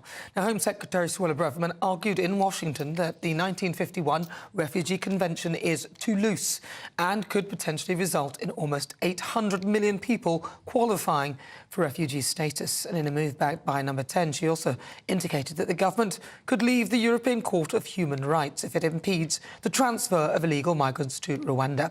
So for the Great British Debate this hour, I'm asking, should we leave the ECHR? Let's see what my panel make of that. I'm joined now by broadcaster and author Christine Hamilton and also broadcaster and journalist Danny Kelly. I'm going to come to you, Danny Kelly, first. Yes, hello. Danny boy. ECHR. I think we should. European Court of Human Rights. I think we should. It was set up, well, the idea was floated in the 40s. Winston Churchill, whilst war was still ravaging across mainland Europe and the rest of the world. Is it a hindrance or is it a help to us at the moment in 2023? We heard some scare stories from your panellists before the news. It was suggested that we won't have any civil liberties, our right to privacy and our right to a fair trial. Of course, we can draft in legislation. We've already got it, but if we want to, we can match the legislation. Yeah. Peter was saying that it's not on the public conscience. In 20 years of knocking on doors, canvassing for Labour, no one had ever brought it up. Well, the reason being, Pete, is that it wasn't current and it wasn't a factor. You know, it's actually stopping the government carrying out their policy. So that's why no one mentioned it. So should we leave it? Well, if it means us putting people on a plane to Rwanda, a safe country. Now, don't forget the appeals court has deemed Rwanda an unsafe country. Rwanda doesn't have a returns policy, by the way, with any of the countries where these unfortunate people come from. So I suggest, I'm with the lady on the panel. I think the lady's name was Reem. Yeah, I think we're a great country. I think we're perfectly capable. I don't think Northern Ireland is going to combust. I think we're perfectly capable of drafting a legislation, matching the legislation that we want, we think is good and a fit for the UK, and being autonomous. So I think so. so. Well, we're our own worst enemies, though, aren't we? I mean, in all of this, Christine. I can't disagree with anything Danny has just said. And the idea that we, the British, for goodness sake, are not capable of protecting human rights is, frankly, a massive insult. And yes, after the war, there were countries who needed to have an overriding body to protect human rights in their country, but frankly, it's never really had to apply to us. There has been some tinkering around the edges, and the ECHR has made some judgments which have caused us to slightly change things. But basically, anything that the ECHR can do, we can do better, and we are already doing better. And I think it's an absolute... I cannot understand how any red-blooded Brit is prepared to allow unelected European judges to make decisions for us. I mean, that is one of the big reasons that Brexit was all about. We simply don't need it. But the ECHR isn't sort of part of the EU, is it? No, it's not. It's the continent of Europe. Yeah. Of course, I understand that. But you talked about Brexit. Well, I did, but sure that people realise it's not. The emotions involved are all the same. We wanted to leave the European Union, and there's the same emotion that makes me, anyway, want to let's not speak for anybody else, leave the ECHR. We simply don't need to be nanny-stated by unelected people. The idea that they can I mean, you mentioned that the appeals court voted against Rwanda. But we don't really elect our judges anyway, do we? So if you went to court, the people who would decide, you know... these are judges from all different countries in Europe. I think there's 47 judges, and they have it's like a court, basically, that people can go to if they don't get the judgment they want in this country. But the fundamental difference is that in this country, Parliament is sovereign, and the judges cannot overrule primary legislation. Judges are there to interpret the law made by Parliament. And in the continental system is that the judges can make the law. That's, I think, the big difference. So the sooner we get out... I mean, the Court of Appeal said no to Rwanda, and we're waiting for the Supreme Court. If the Supreme Court says yes to Rwanda, all well and good, but if they say no, as I suspect they might, then... if they say yes, then all that will happen is it'll go to the European Court. I mean, why should our judges be overridden Well, what about our illegal migration bill, though? Don't we have some legislation in that will mean that we can simply override what Strasbourg say and do what we want anyway? No, if we're in the ECHR, they are sovereign, which to me is anathema. I think the test of that, Nana, the question you just posed, was when at the 11th hour, an anonymous, an unnamed European Court of Human Rights judge, we still don't know who it was, but they grounded the flights at the 11th hour. So the government is trying... Allegedly from, I think, Azerbaijan. The government is trying to stop the dinghies coming over. 40 or 50,000 people on dinghies came over this year. OK, now it's getting into winter. That number will decrease significantly, if not stop. So if you want to if you want to try to do something to stop what seems to be unfettered access over the channel by dinghy, with people who are undocumented, generally speaking, who potentially, I would argue, the majority of them are economic migrants, generally speaking, I don't think that's an uncommon opinion, then if you want the government to try and succeed to stop this mass immigration, illegal immigration, then the government are pinning everything on the flights to Rwanda. Now, if there is an obstacle to that, then the government needs to think about national autonomy and unilaterally do something about it. And if that means ditching the ECHR, and I think we can all agree, there is no threat to life, there is no threat to civil liberty, there is no threat to a free press, or no threat to a proper trial, like the scaremongering before the news. And I think that we should trust and have confidence in our own government, no matter what colour government, whether it's yellow, whether it's red, or whether it's blue. And Suella Braverman did talk about the European Convention of the Refugee Convention, so and basically saying that the laws there seem quite old now, so they need to be sort of revamped to be accommodating today's situation. I think she makes a good point. Things have changed. 1941, this idea was floated. One of the proponents was Sir Winston Churchill. In 1948, Sir Winston Churchill once again, and it was signed in 1951 and enacted in 1953. There are people listening who were in their 70s and 80s when they were children. My father, who's 90, he was 2 years old when 3 or 4 years old when Winston Churchill floated this idea. And it wasn't. I got my maths wrong. No, because he was born in 1933. He was 8 years old. Wow. So he will remember it. And it wasn't enacted for our benefit. We weren't the country, one of the countries that was thought to need We it. were at war. Yeah. Ravaging around Europe and the world. That's why it was put into place. Well, we sort of are at war again. We weren't at war in really, 1951. No, but in It's 1941... over. Yeah, but when it was enacted, we had won the war, hooray. Correct, but the nightmares of what had happened was what the driving force about enacting it. Of course, but in my view, we were the good guys. Of course we we were. didn't need it. No, that's not It was put in place for the benefit of other countries who yeah. did need a certain amount of guidance. Yeah, I think Suella Braverman has a point. There are all these old laws and old sort of things that we've constructed that were relevant then, even the EU, which is another construct that was created then, and actually now with the number of countries joining it and the ECHR, with the change in demographics and the way people are moving, it's just not, I don't think it's relevant. It's 70 years old. It needs adjusting. Well, let's see what the viewers think, because the show's nothing without them. Let's welcome our Great British Voices, their opportunity to be on the show and tell us what they think about the topics we're discussing. I think we can go over to St Albans. I'm going to have a chat with Jackie Sampson. She's my Great British Voice this hour. Jackie, should we leave the ECHR? There seems to be a lot of people saying we should. We shouldn't. But these guys are saying we should. What do you think? I can understand the reservations about leaving, but if it's got to a point where our laws that we make by our elected officials are overridden or thwarted by an outside country, then it's really not on. In that case, we should leave if we can't make our laws and bring them into being.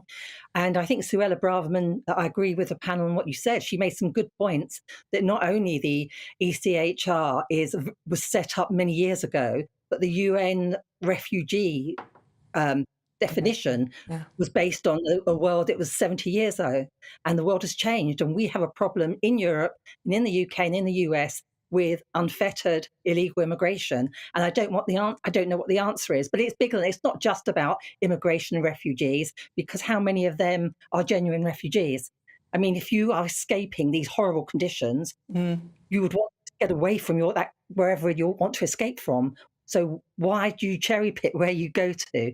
But it's not about that. It's about us making our laws and not having an outside country or organisation saying we can't do it. That was my point to Peter Edwards all along. You can't have somebody coming into your house and then telling you what to do. That was my point. Thank you very much, Jackie Sampson. He laughed it off, but he wouldn't have it. He wouldn't have me or his neighbour coming in and telling me what to do. I thought that was a fair analogy. I think it was. I think Peter was dismissive of your very decent analogy. It was, but I let him get away with it because, you know, sometimes... It's Peter. It's Peter. Oh, he's a lovely guy. I do like him. He's a good egg. He is. He's bad with analogies, but he's a nice guy. He's just left-wing. He's just got all the wrong views, that's all. You're with me, I'm Nana Akua. This is GB News. Now, coming up in the next hour, my Great British Debate, I'm asking, can Rishi Sunak resurrect the Tory party's fortunes? Up next, though, it's World View, as we get the latest on what's going on in the US and Russia.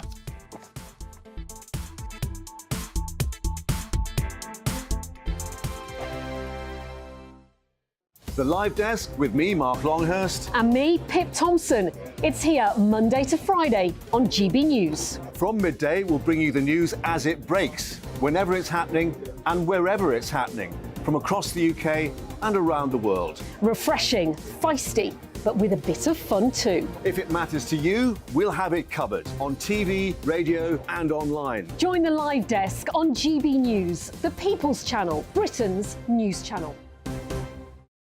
Join us every night on GB News at 11 p.m. for Headliners, which is 3 top comedians going through the next day's news stories, which is exactly what you need, because when the establishment has gone crazy, you need some craziness to make sense of it. Headliners. You don't have to bother reading the newspaper. We've got it covered for you. Every night at 11 p.m. and repeated every morning at 5 a.m. We won't send you to sleep like some of the other paper review shows out there. So join us 11 p.m. every night on GB News. The People's Channel, Britain's news channel. So Jubes and Kerr, we tackle the issues of the day with real robust debate, both sides of the fence, battling it out with me in the middle with my forthright opinions and views. And often really interesting things happen because you start with a position and then by the end of the debate you find actually, well, I might not have thought about that one. What we need in this country is 2 new political parties. You should maybe think about doing a 2024 calendar. I'm Michelle Dewberry and I'm keeping you company right through until 7 o'clock this evening. GB News, the People's Channel, Britain's watching. People in Britain, they love free speech, but they also love fair play. I don't care if I'm speaking somebody from a trade union, from the Labour Party, somebody from the SNP. And I think the viewers like to see that actually we can challenge one another, but in a positive way. We think we ask the questions that people want to ask, and often we ask the questions that we wanted to ask in Parliament but never got the chance to ask. So join us every Saturday, 10 a.m. till noon on GB News, Britain's news channel. In a world of dull and predictable radio and TV shows. Oh, hi. On Mark Dolan tonight, we've got big guests. We drill into the big stories of the day. The show adds up to a brilliant listening and viewing experience. Mark Dolan Tonight is the most entertaining current affairs show ever, and that's a fact. That's Mark Dolan Tonight, Friday, Saturday and Sunday from 9. Only on GB News, Britain's news channel.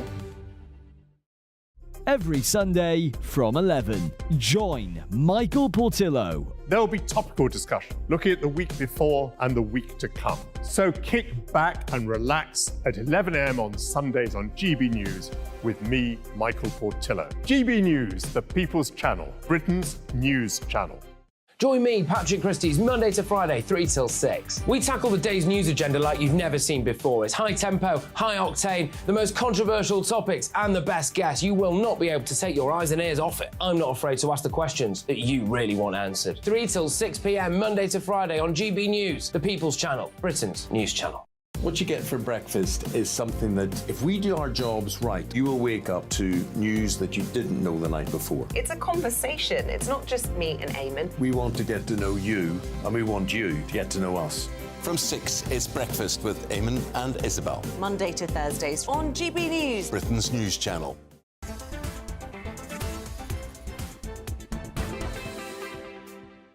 Good afternoon, 52 minutes after 4 o'clock. If you've just tuned in, where on earth have you been? This is GB News, we're the People's Channel. I'm Nana Akua. It's time, though, for World View. And now, former Russian President Dmitry Medvedev suggested that British soldiers training Ukrainian troops in Ukraine would be legitimate targets for Russian forces. So joining me to talk about Russia is Russian journalist Alexei Veer. Of course, we had the speech there earlier with Grant Shapps. So, Alexei Veer, what was the response then to Grant Shapps' speech? Well, Nana, these idiots are actively pushing us towards the World War III. And don't take my word for it, because these are not my words. These are the words of Dmitry Medvedev, Russia's former liberal president, who has now become one of the most hawkish voices inside the Kremlin.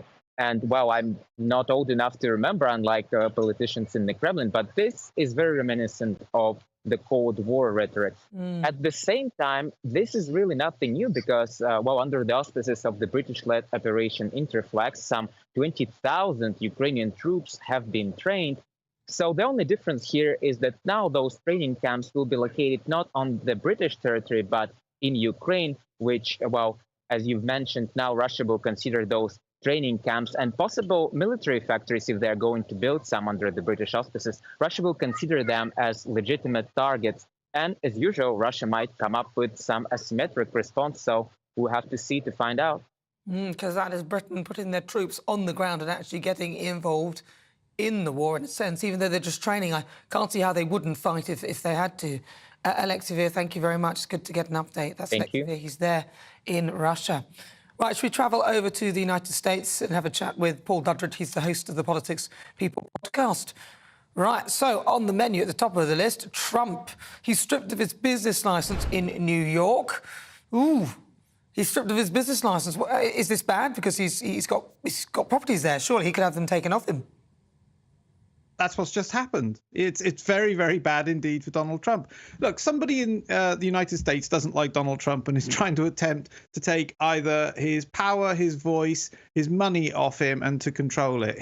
Literally in another case this week, it was found, a judge ruled that Trump had exercised fraud and therefore removed his business licenses. Now, it's going to be appealed this week, but this is truly unprecedented. This has been tried before with various shenanigans in New York law, but it's actually not gone this far and it's not been this extreme. Basically, his properties are to be handed to a third-party receiver, basically bankruptcy.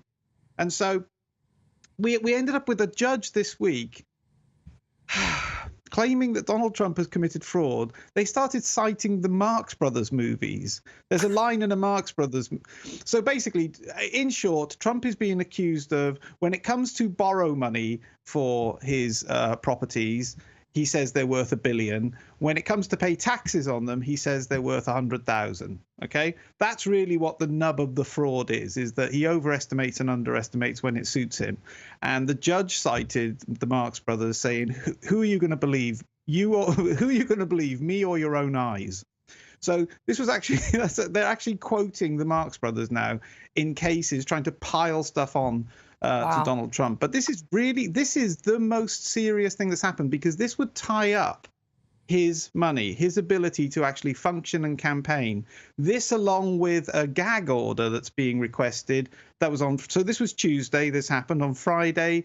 His prosecutor for the January the 6th stuff wants a gag order on him so that he won't even be able to campaign properly over the coming months. I mean, it is. Somebody up there doesn't like him. This is very bad. I mean, this is honestly something that is like a horror movie for him. But how is it affecting his polling? Oh, it's having a wonderful effect on the polling. There was. This is the great thing. There was a debate this week, a legitimate debate. All the other Republican primary candidates, they had a debate, and I think it was Vivek maybe won it. Anyway, it doesn't really matter who won it. Trump won it. He wasn't even present, and when they polled who was the winner of the debate, it was Trump again. It's irrelevant what is happening. I think DeSantis might have won, but everything else is a sideshow. His polling, this is not about politics. I've said this all along. This is not about politics. This is a fundamental. We are nearer a revolution or a civil war than we are a political campaign. And that's what's going on in the United States. So the more they throw at him, the greater his support. And I'm not trying to be inflammatory with that. I'm telling you, this stuff just doesn't register. And the political class doesn't understand, why is this stuff not registering? We keep pointing out what a terrible person he is because he doesn't respect us. And it's just like, we don't care that he doesn't respect you. We don't care that he doesn't play the game. So yes, it's only increasing his support. Well, the people don't respect the people doing this to him. So, if you give them a choice, they'd choose Trump. What effect, though, could Robert Kennedy Jr. have? Because it looks like he might be running as an independent. Is that good news for Trump, or is it bad? Very good news. Very good news. Look, I've been pessimistic about Trump's chances in 2024 because it's going to come down to 6 states. Finally, Robert Kennedy Jr., who you've had on, RFK as they call him, you've had on there interviewed, he's now giving up on the Democrat Party. It's not official yet, but it looks like on the 9th of October, he's going to announce running as an independent. And the point is, he only needs to take a few percentage points off Democrats who wouldn't vote for Trump, but they don't like Biden, they don't like the Democrat machine. He only needs to take a few percentage points, and we have a legitimate third-party candidate there. And then you'll see Trump finally actually in a position to win. And I'm wondering if that were the discussions between Trump's team and RFK, because people were talking about maybe RFK would run as his vice president candidate. And it's like, it looks like the backroom discussions may have been, run as an independent and split the vote. And that would make it very difficult for any Democrat to beat Trump then. Yeah, but what about, though, Barack Obama's wife? If she ran, that might change things. I want to ask you, would that, no, not even her?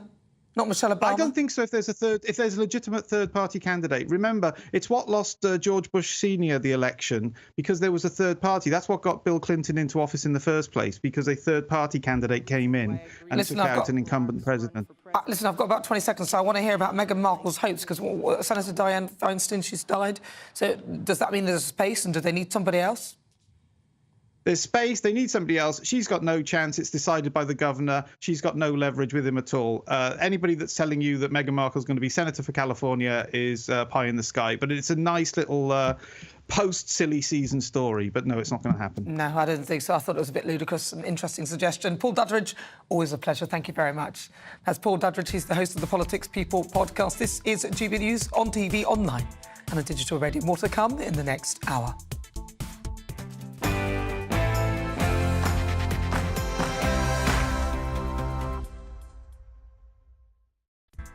It is 5 o'clock. Welcome on board. I'm Nana Akua. For the next hour, me and my panel will be taking on some of the big topics hitting the headlines right now. Coming up, though, it's this week's Outside. My maths-loving mystery guest will be revealed very shortly. Have you worked out who he is? And then, for the Great British Debate this hour, I'm asking, can Rishi Sunak resurrect the Tory party's fortunes? But first, let's get your latest news headlines with Lisa Hartman.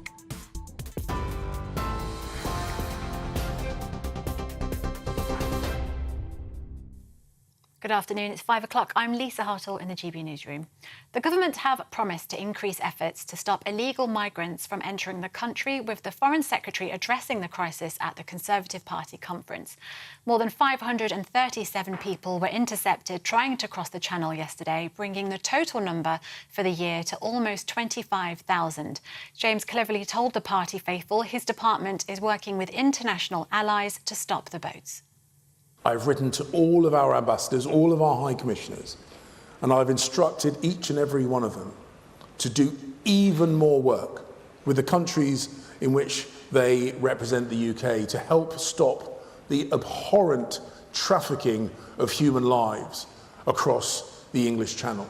Be in no doubt at all, our diplomats will redouble their effort to bring an end to this terrible injustice. Earlier, the Tory party chairman used his opening address to take a swipe at Labour. I have these available at the Conservative shop outside for just £16.99, also online. Waving flip-flops featuring Sir Keir Starmer's face, Greg Hands mocked the Labour leader, suggesting he doesn't have a clear position on issues affecting the country. He described the opposition as a party that's incapable of running anything well, while also saying the Conservatives will be underdogs at the next general election. Who is the real Sir Keir Starmer? The friend and supporter of Jeremy Corbyn?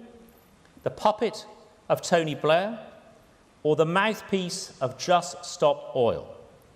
All we do know is that he has broken every single leadership pledge and flip-flopped almost 60 times in just 3 years. This is a man who will literally say anything that suits him at that time. His comments came just hours after the Prime Minister refused to commit to tax cuts. Rishi Sunak said his focus is on halving inflation because it impacts the poorest the most. On a visit to Burnley, the PM insisted his approach is deeply conservative, saying it's a Thatcherite policy.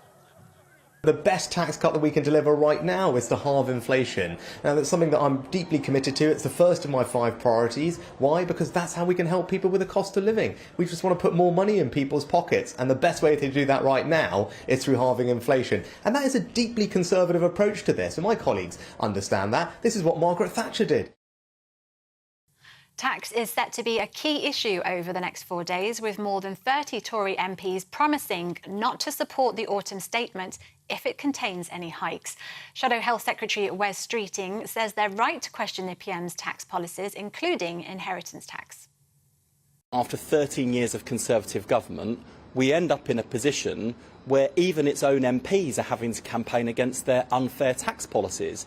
And I think Conservative MPs are quite right to say, how is it that we've got the worst, highest tax burden in 70 years? They should also be asking Rishi Sunak why, instead of thinking about cutting taxes for working people, he's looking to give himself and other super rich people a tax break by cutting a tax that affects 4% of people in this country, a tax cut that would earn him personally £300 million. The family of a teenager who was killed in a bus crash on the Wirral say her death has left a massive void in their lives. 15-year-old Jessica Baker was killed when her school coach hit a reserve on the M53 on Friday. Her head teacher described her as unequivocally kind and empathetic. The driver, Stephen Shrimpton, also died when the bus overturned. A key part of the Windsor framework has come into effect for Northern Ireland, with a new system introduced to move products from Great Britain. Goods which are being transported to the EU will use a red lane, which includes customs declarations and some checks, while those bound for Northern Ireland will use a green lane with minimal paperwork and no checks. Not for EU labels will start appearing on some products in stores. Some single-use plastic items are now banned in England. Businesses can no longer sell products like plastic cutlery, plates and polystyrene cups, and they face fines if they do. Local authorities will be able to carry out inspections to make sure the rules are being followed. This is GB News across the UK on TV, on digital radio and on your smart speaker by saying play GB News. Now it's back to Nana.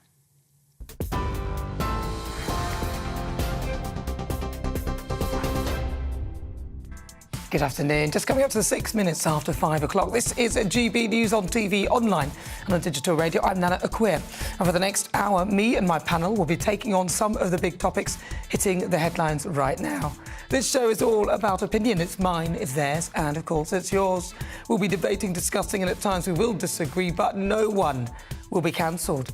So joining me today, it's broadcaster and author Christine Hamilton, also broadcaster and journalist Danny Kelly. Now, still to come each Sunday at 5, I'm joined by a celebrity to take a look at life after the job. We talk highs, lows and lessons learned and what comes next on the outside. And today, I'm talking to a very interesting person. You can't wait to hear who he is in Outside. Now, he's a maths-loving mystery guest. He's best known for his time as a presenter on a children's television show. For over 17 years, he successfully performed as a stand-up comedian.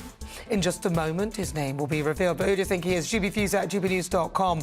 For the great British debate this hour, I'm asking, can Rishi Sunak resurrect the Tory party's fortunes? After months and months behind the polls, today a new poll has revealed that the Tories are cutting down Labour's lead, instilling optimism that Rishi is on the right track. As ever, GBViews@gbnews.com or tweet me at GBNews.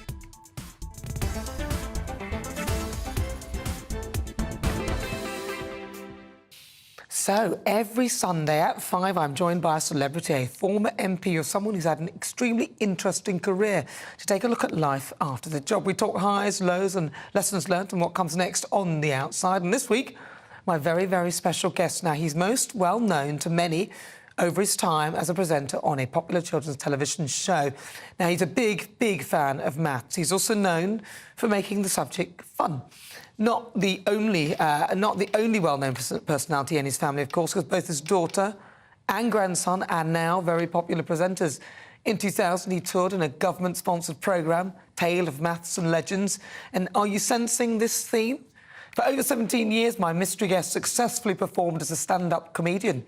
I'm very pleased to say that television presenter and legend Johnny Ball joins me now. Hello. Hello, nice to see you, crikey. Nice to see anybody when you're my age. Really? No, you have had quite an incredible career, haven't you? Because you've been literally in the spotlight pretty much all your life. So talk to me about, your beginnings into the sort of whole theatrical business and everything that you've... I decided when I was 11 I wanted to be a comedian. I thought I couldn't think of a nicer thing than to make people laugh. So that's what I wanted to be. But when I was 4, I said I wanted to be a drummer, and I became a drummer when I was 16. But when I was 16, I said I wanted to be a writer. Right? So it all carried on, and I became all of them. I did them all. So I was a comic for 17 years, out of Liverpool. So, and a lovely time, a really fabulous time. I didn't make it at the top, but in a way, it's because I didn't want to. It wasn't the way I wanted to go. And eventually, I found that I could involve maths, maths, but also with humour. And I got my Think of a Number show going on BBC, and it was tremendous. It changed my life. So I wrote my first factual information programme when I was 39, and that's when that career started. And so I've had an incredible life. And it just so happens that my autobiography will be out early next year, and the first half will be called My Previous Life in Comedy. And this year with Zoe, we did a show in London at theatre for an invited audience, really, 350 people, to try it out, My Previous Life in Comedy. And they politely stood and applauded for about 10 minutes afterwards. So that's good. When I publish, I wanted to put that out as well. But what I want to tell people is I'm still working and I'm 85 and I'm fit as a fiddle. And because of that, I've got to cash that in and I want to work and I want to be... So I'm still doing schools. I was talking to Scouts on Friday, a freebie, but an hour and a quarter on maths tricks and things like that. And I'm still working and writing all the time. And I wrote this a few years ago, Wonders Beyond Numbers, which is a history of maths. And not many people write a history of maths, but I wrote that. And I base a lot of what I do now on what's in that book. The history of maths. Yeah. Well, what is this? Very briefly, what is it, the history right, of maths? I can explain I'm curious to know. The Greeks were the greatest mathematical race ever, and they didn't do numeracy. They didn't do numeracy. They didn't even give their numbers names. 1 they called A, 2 they called B, 3 they called alpha, beta, gamma, right? They didn't even bother because they did geometry and they turned everything into pictures and they showed how you can multiply 2 numbers with 2 rulers set at an angle and the angle doesn't matter. But you can multiply any 2 numbers, divide any 2 numbers. And it was so easy. Now, if we taught maths from a geometric point of view, we'd have more engineers, we'd have more scientists, and we'd have more achievers by miles, because numeracy drags them all down. Yeah. And I keep beating the drum and say, please, can you lighten up? And then it's statistics in the secondary school, and there's too much statistics. And machines do statistics. As long as you understand what it means, you really don't have to study it over and over again. Yeah, so that's what I'm still doing. I'm still plugging that away for better teaching of maths. And I'm still active all the time. It's good, isn't it? Do you think, because you've obviously got a very active mind, what was it about maths that drew you to maths? Because most people seeing you as a comedian might not realise that you had this passion. I was in a pub when I was 7 in Bristol. And they had children's rooms because it was the wartime and everybody had to get out and enjoy themselves because they worked round the clock. So in this children's room, a fella came up, a friend of my dad's, I suppose. How's your maths then? I said, it's all right. He said, shall I show you how the Russians do multiplication? I said, if you like. So he showed me how the Russians do multiplication in the simplest thing, which I won't show you now. But I trace that back and find it's the system the Egyptians used 4,500 years ago at the time they were building the pyramid. Yes, of course. And that fired me up. And that starts this book. And it starts, and everything I've done. See, I wrote 20 series of factual information shows, the Think shows, and with 2 O-levels. I only got 2 O-levels because they didn't understand my Bristol accent, you see, when I was in Bolton. And so that's why I didn't do particularly well at school. But I knew I'd got 100% in maths already. So it had to be my path at some time or other. Do you think that Rishi Sunak is right? Because he was saying that we need more maths in the curriculum and people should do maths till 18. Is that? I'm really not doing right? a party political broadcast. I'm really not.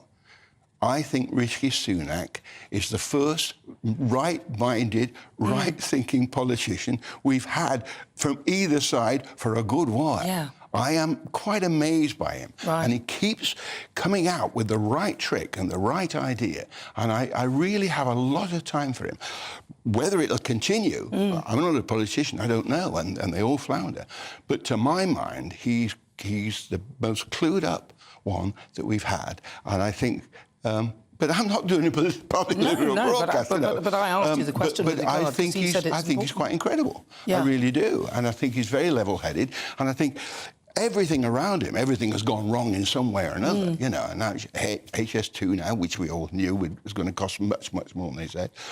It's like I'm a supporter of nuclear energy, but I know that the nuclear power station we're building in Somerset took so many years that when the first sod was cut to start the plans, half of the budget had already been spent. And that's because people force the price up and force the price up. So eventually we can't afford these things.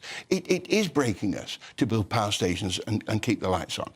And it's breaking us because of everything comes around it and is wrapped around it that makes it much too costly. So I wrote the video that opened Torness Nuclear Power Station 40 years ago. I wrote the video. Maggie Thatcher thought it was wonderful. But I wrote and presented the video. And I saw that you got boron rods, and if you put a boron rod in a nuclear power generator, you close it down. A good few of them. But there are 3 ways to put boron rods in, and if they don't work, there are 3 ways to put boron pellets in. And if that doesn't work, there are 3 ways to put boron gas in. So there's 9 ways to shut down the reactor, but they're triplicated, and all that is doubled again. So there's 54 ways to close the reactor down. And that is just cost that makes it ridiculous. But it's still been going for 40 years, when they said 25 years. And without our nuclear power stations, we would not have the lights on. So I do that as well as trying to make people laugh. Oh, you're clever, aren't you? Crikey. That must be very good, because as people get older, you know, there's all the brain starts to slow down, and there's apparently, and all sorts of things are going on. But, you know, do you think that the maths has really helped you sort of keep everything? I think I do puzzles. I do puzzles, you know, and every day before I get up, and I keep my mind very active, and I'm writing all the time, you know, and yeah, I'm very active. I'm very pleased I'm so fit. Yeah. So I'm trying to cash in on it, and I just want to work again. I still want to work, you know, and I did Strictly. I was the oldest doing Strictly. I remember, when I was 74. And now, dear Angela, she's actually a GB News she's actually older than me yes. now, and she's doing very well. Did you see her get a leg up in the splits? Yes. I've never done the splits. I can do it with one leg. Just the one. That's a good lad. Yes. That would work. Oh, there we are. So what are you doing? Your next thing, your next big project? Well, my agent has said your autobiography is too big for one book, so we've got to split it into 2. So I've just finished the end of the first one, and that is when I've just met my wife and I've just got married, and I've just done the first Think of a Number series, which won BAFTA straight away, and it was the start of something totally different and totally big. So that's the first one, because I've got all the stories. Do you want some stories? Oh, well, give me a story in a minute, because I've got to go to the break in a minute. Right. How long is this going to be? So I was in Bristol. Yes. My mother was machine gunned when I was in the pram. No, this is a true story. She always said, by a German aircraft, around 1942, a German aircraft, and it would have passed up Kingswood High Street going east, going home. So that all fits. I don't remember, I was too young. She said, we couldn't get the pram in Woolworth's doorway. And they said, we're full up here, missus, go and find somewhere else. But Jerry had gone, and it was that. So it sounded like people were quite awful. But yet, we were in a bus station once, and the bus came in, and Mum had just got a cup of tea, and it's very hot. And she's trying to get it into a saucer to cool it down. And there's a tramp. And he was absolutely caked, skin and crazy. It's awful. Clothes he slept in for years, weeks. And he said, "ER, missus." And he'd poured his into a saucer. He said, "ER, missus, have this one. It's already puffed and blown." So that story alone is just a great story at the beginning of my autobiography. Wow, great story. Oh, it sounds like a fabulous book. I look forward to that coming out and reading that. Yeah, thank you very much, Johnny. Thank you so much for joining me. Absolute legend, Johnny Ball, joining me for Outside on GB News. Thank you for joining me, Johnny. Right, it's coming up to 18 minutes after 5 o'clock, and it's coming up to our Great British Debate this hour. I'm asking, can Rishi Sunak resurrect the Tory party's fortunes?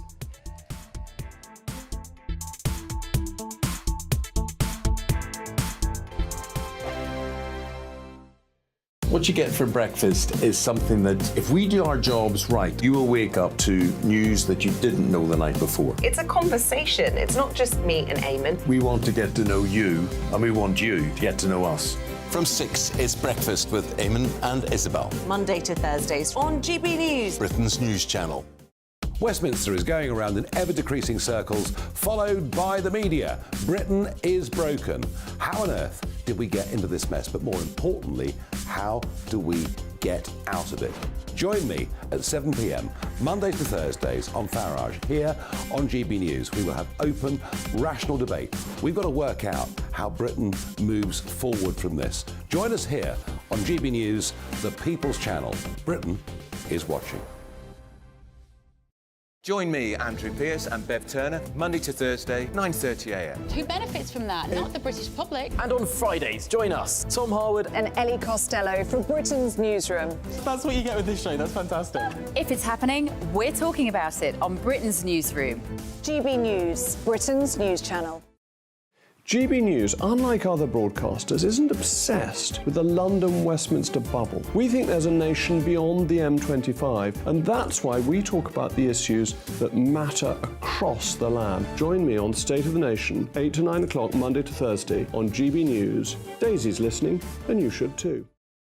People in Britain, they love free speech, but they also love fair play. I don't care if I'm speaking somebody from a trade union, from the Labour Party, somebody from the SNP. And I think the viewers like to see that actually we can challenge one another, but in a positive way.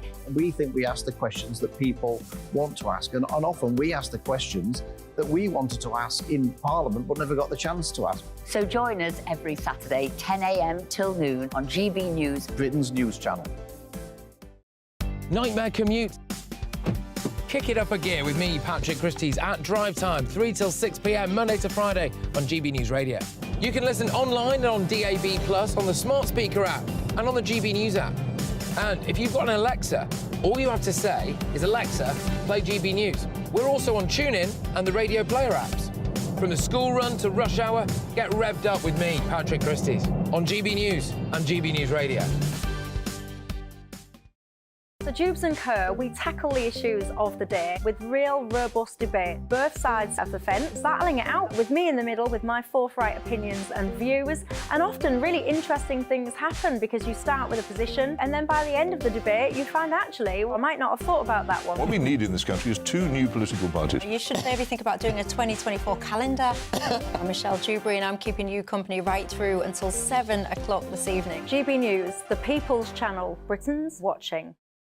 The Live Desk with me, Mark Longhurst. And me, Pip Thompson. It's here Monday to Friday on GB News. From midday, we'll bring you the news as it breaks, whenever it's happening and wherever it's happening, from across the UK and around the world. Refreshing, feisty, but with a bit of fun too. If it matters to you, we'll have it covered on TV, radio and online. Join the Live Desk on GB News, the People's Channel, Britain's news channel.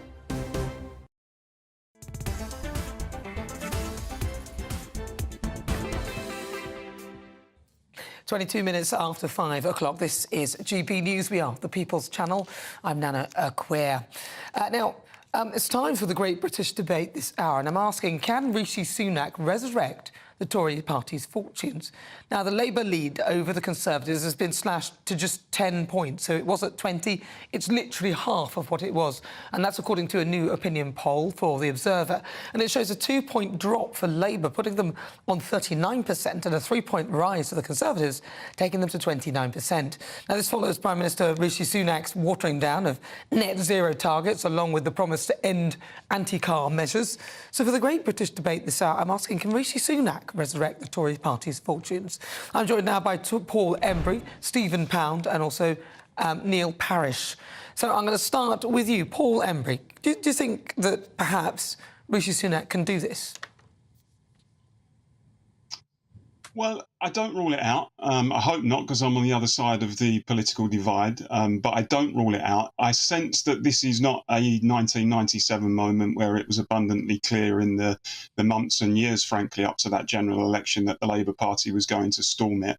I don't think Keir Starmer and the Labour Party have yet sealed the deal with the electorate. I think probably the most likely outcome is something like we saw in the Australian election last year, where the Labour Party won, but not because they particularly inspired anybody, but because they got over the line, because they were seen as the least worst of a bad bunch, frankly. I think if Rishi Sunak can keep hold of sufficient numbers of red wall voters who they gained in 2019, many of whom feel betrayed by the Tories, but if he can keep hold of sufficient number of those, and if he can make them feel a little bit better off, you know, if inflation comes down, if wages start going up, if energy bills come down, if he can get on top of the small boats crisis, then I think he's got an outside chance of winning. But I think the most likely outcome at the moment is still probably a hung parliament with the Labour Party as the largest party.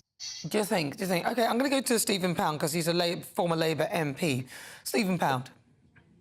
Good afternoon. Well, look, of course you can bring it back to life. The question is, what do you bring back to life? Which Tory party is it? I mean, you know, Frankenstein didn't know what his monster was going to look like till he whacked the old electrodes on it.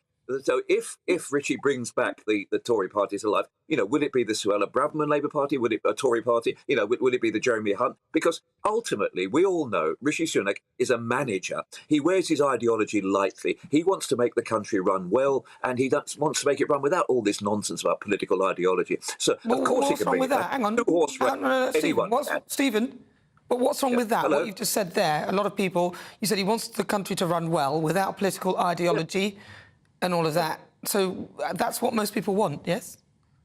No, ultimately, it's a great sales pitch, but it doesn't actually work because until you come up to the first big question, if you can have a straightforward managerialist, someone who's trying to run the country like they're trying to run Waitrose or JB's, whatever, then the first time you actually have a proper question that actually has a binary response to it, then you've got a difficulty because a manager is only all right if everybody in the country believes in the same thing. Everybody in this country doesn't believe in the same thing, so you can be a good manager, but you can't actually meet the aspirations. But Stephen, nobody would ever, not everyone ever believes the same thing anyway, so that's almost an absurd sort of statement. Of course, Rishi Sunak must know that everyone can't think the same thing. Let me bring in Neil Parish. No, I'm thinking in much more of a generalist. There's a general perception, by the way, in this country, I think that most people actually believe in a sort of, pretty much a sort of social democratic liberal mixed economy, with capitalism by all means, but capitalism with a human face. But the problem is you can be a manager, but then seriously, the minute you start to ask the questions, then you become a politician, and that's when the problems start. All right, well, let me bring in Neil Parish. I didn't quite understand what that was about. Neil. I think Stephen got slightly confused there, but I think that there is a chance that Rishi can pull it off. I think if you can actually see a little bit of difference between the parties, I think at the moment we've been sort of living in a sort of fairly socialist state ever since we've had COVID and all the public interventions and government interventions. And I think if you actually start to see a Conservative Party and actually talk about, shall we have freedom of our car? Shall we be able to actually still drive our cars? Are we going to drive all those white van men and women out of business because they can't drive their older vans? All these sorts of things start to come together. Inflation's coming down. The economy's growing faster than the pundits were predicting. And so it's not quite so much doom and gloom. And in the end, people, when it comes to a general election, will stop protesting like they do in by-elections and decide, do they want to change the government? And I actually agree with all three that I think it's going to be difficult for Rishi to overall win, but I don't think it's going to be a knockout punch for Labour either. And it's interesting, if Rishi can actually turn it round, I think he's quite popular as a leader. He's probably more popular than the party itself because, he's taken on a split party. I'd be the first to admit that. But I think if he pulls it together, the party will come together because, when you put a rope in front of them, they will actually perform better and conform to a policy. So I think Rishi has a good chance of pulling it back. Opinion polls are showing that. In the end, public will have to decide, will Labour stop more of the votes? Will Labour actually spend less? And will they borrow less? And will they tax less? All of which is no.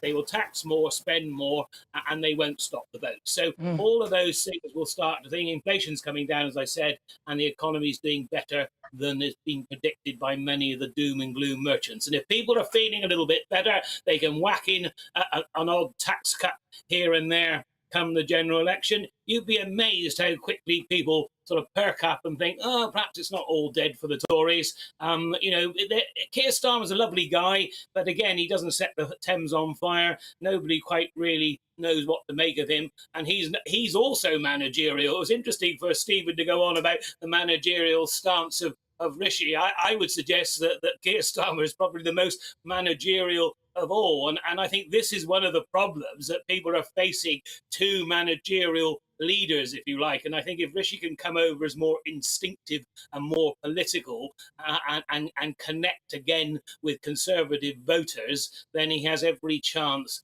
of holding the general election. Well, but there is, at the moment, with the figures, it does seem that when they went out and asked, 37% of the electorate from their poll were undecided. So there is a good chance. I know, Paul, you thought it would be a hung parliament, but do you not feel that there actually is a good chance that maybe the Conservative Party could come out and win, simply because, well, Keir Starmer keeps flip-flopping, and within a few weeks, I mean, it was not even been a month, he's lost a poll lead of at least 10 points.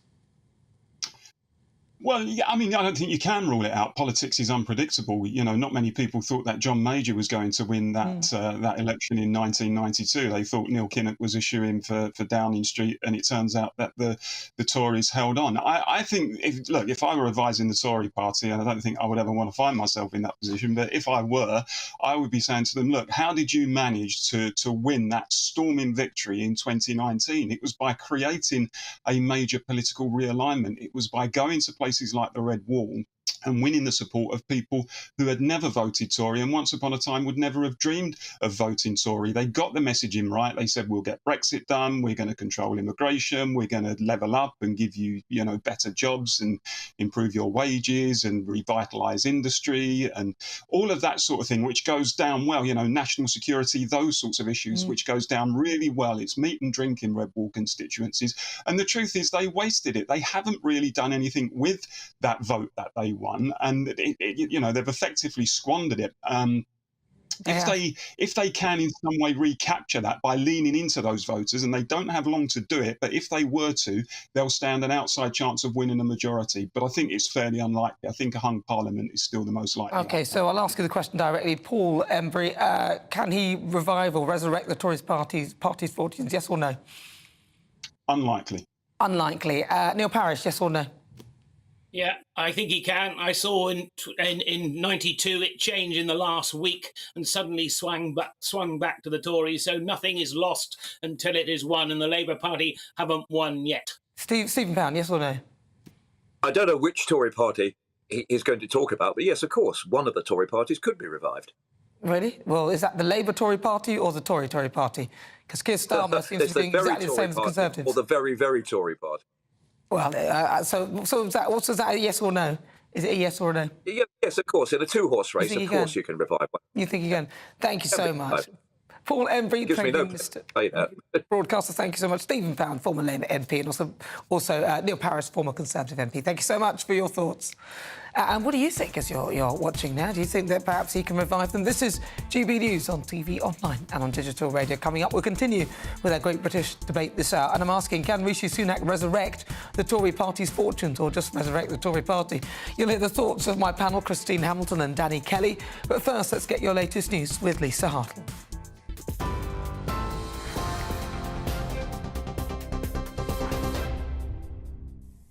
It's 5:32. I'm Lisa Hartle in the GB newsroom. The government have promised to increase efforts to stop illegal migrants from entering the country, with the Foreign Secretary addressing the crisis at the Conservative Party conference. More than 537 people were intercepted trying to cross the Channel yesterday, bringing the total number for the year to almost 25,000. James cleverly told the party faithful his department is working with international allies to stop the boats. Meanwhile, tax is set to be a key topic at the four-day event, but the Prime Minister has so far refused to commit to any cuts. Rishi Sunak says his focus is on halving inflation because it impacts the poorest the most. On a visit to Burnley ahead of today's gathering, the PM insisted his approach is deeply conservative. Outside protesters have been gathering in Manchester, calling for an end to the Conservative government. Some are holding signs reading "Bring down the Tories" and "Free the North." Others are protesting against the Minimum Service Levels Act, defending the right to strike. And the family of Jessica Baker says her death has left a massive void in their lives. The 15-year-old was killed when her school coach crashed on the Wirral on Friday. Her head teacher described her as unequivocally kind and empathetic. The driver, Stephen Shrimpton, also died when the coach overturned. The Secretary of State for Northern Ireland says he's looking at new ferry routes between the UK and Northern Ireland as a key part of the Windsor framework. That's come into effect with a new system introduced to move products from Great Britain. Goods which are being transported to the EU will use a red lane, which includes customs declarations and some checks, while those bound for Northern Ireland will use a green lane with minimal paperwork and no checks. You can get more on all of these stories by visiting the website gbnews.com. Now it's back to Nana.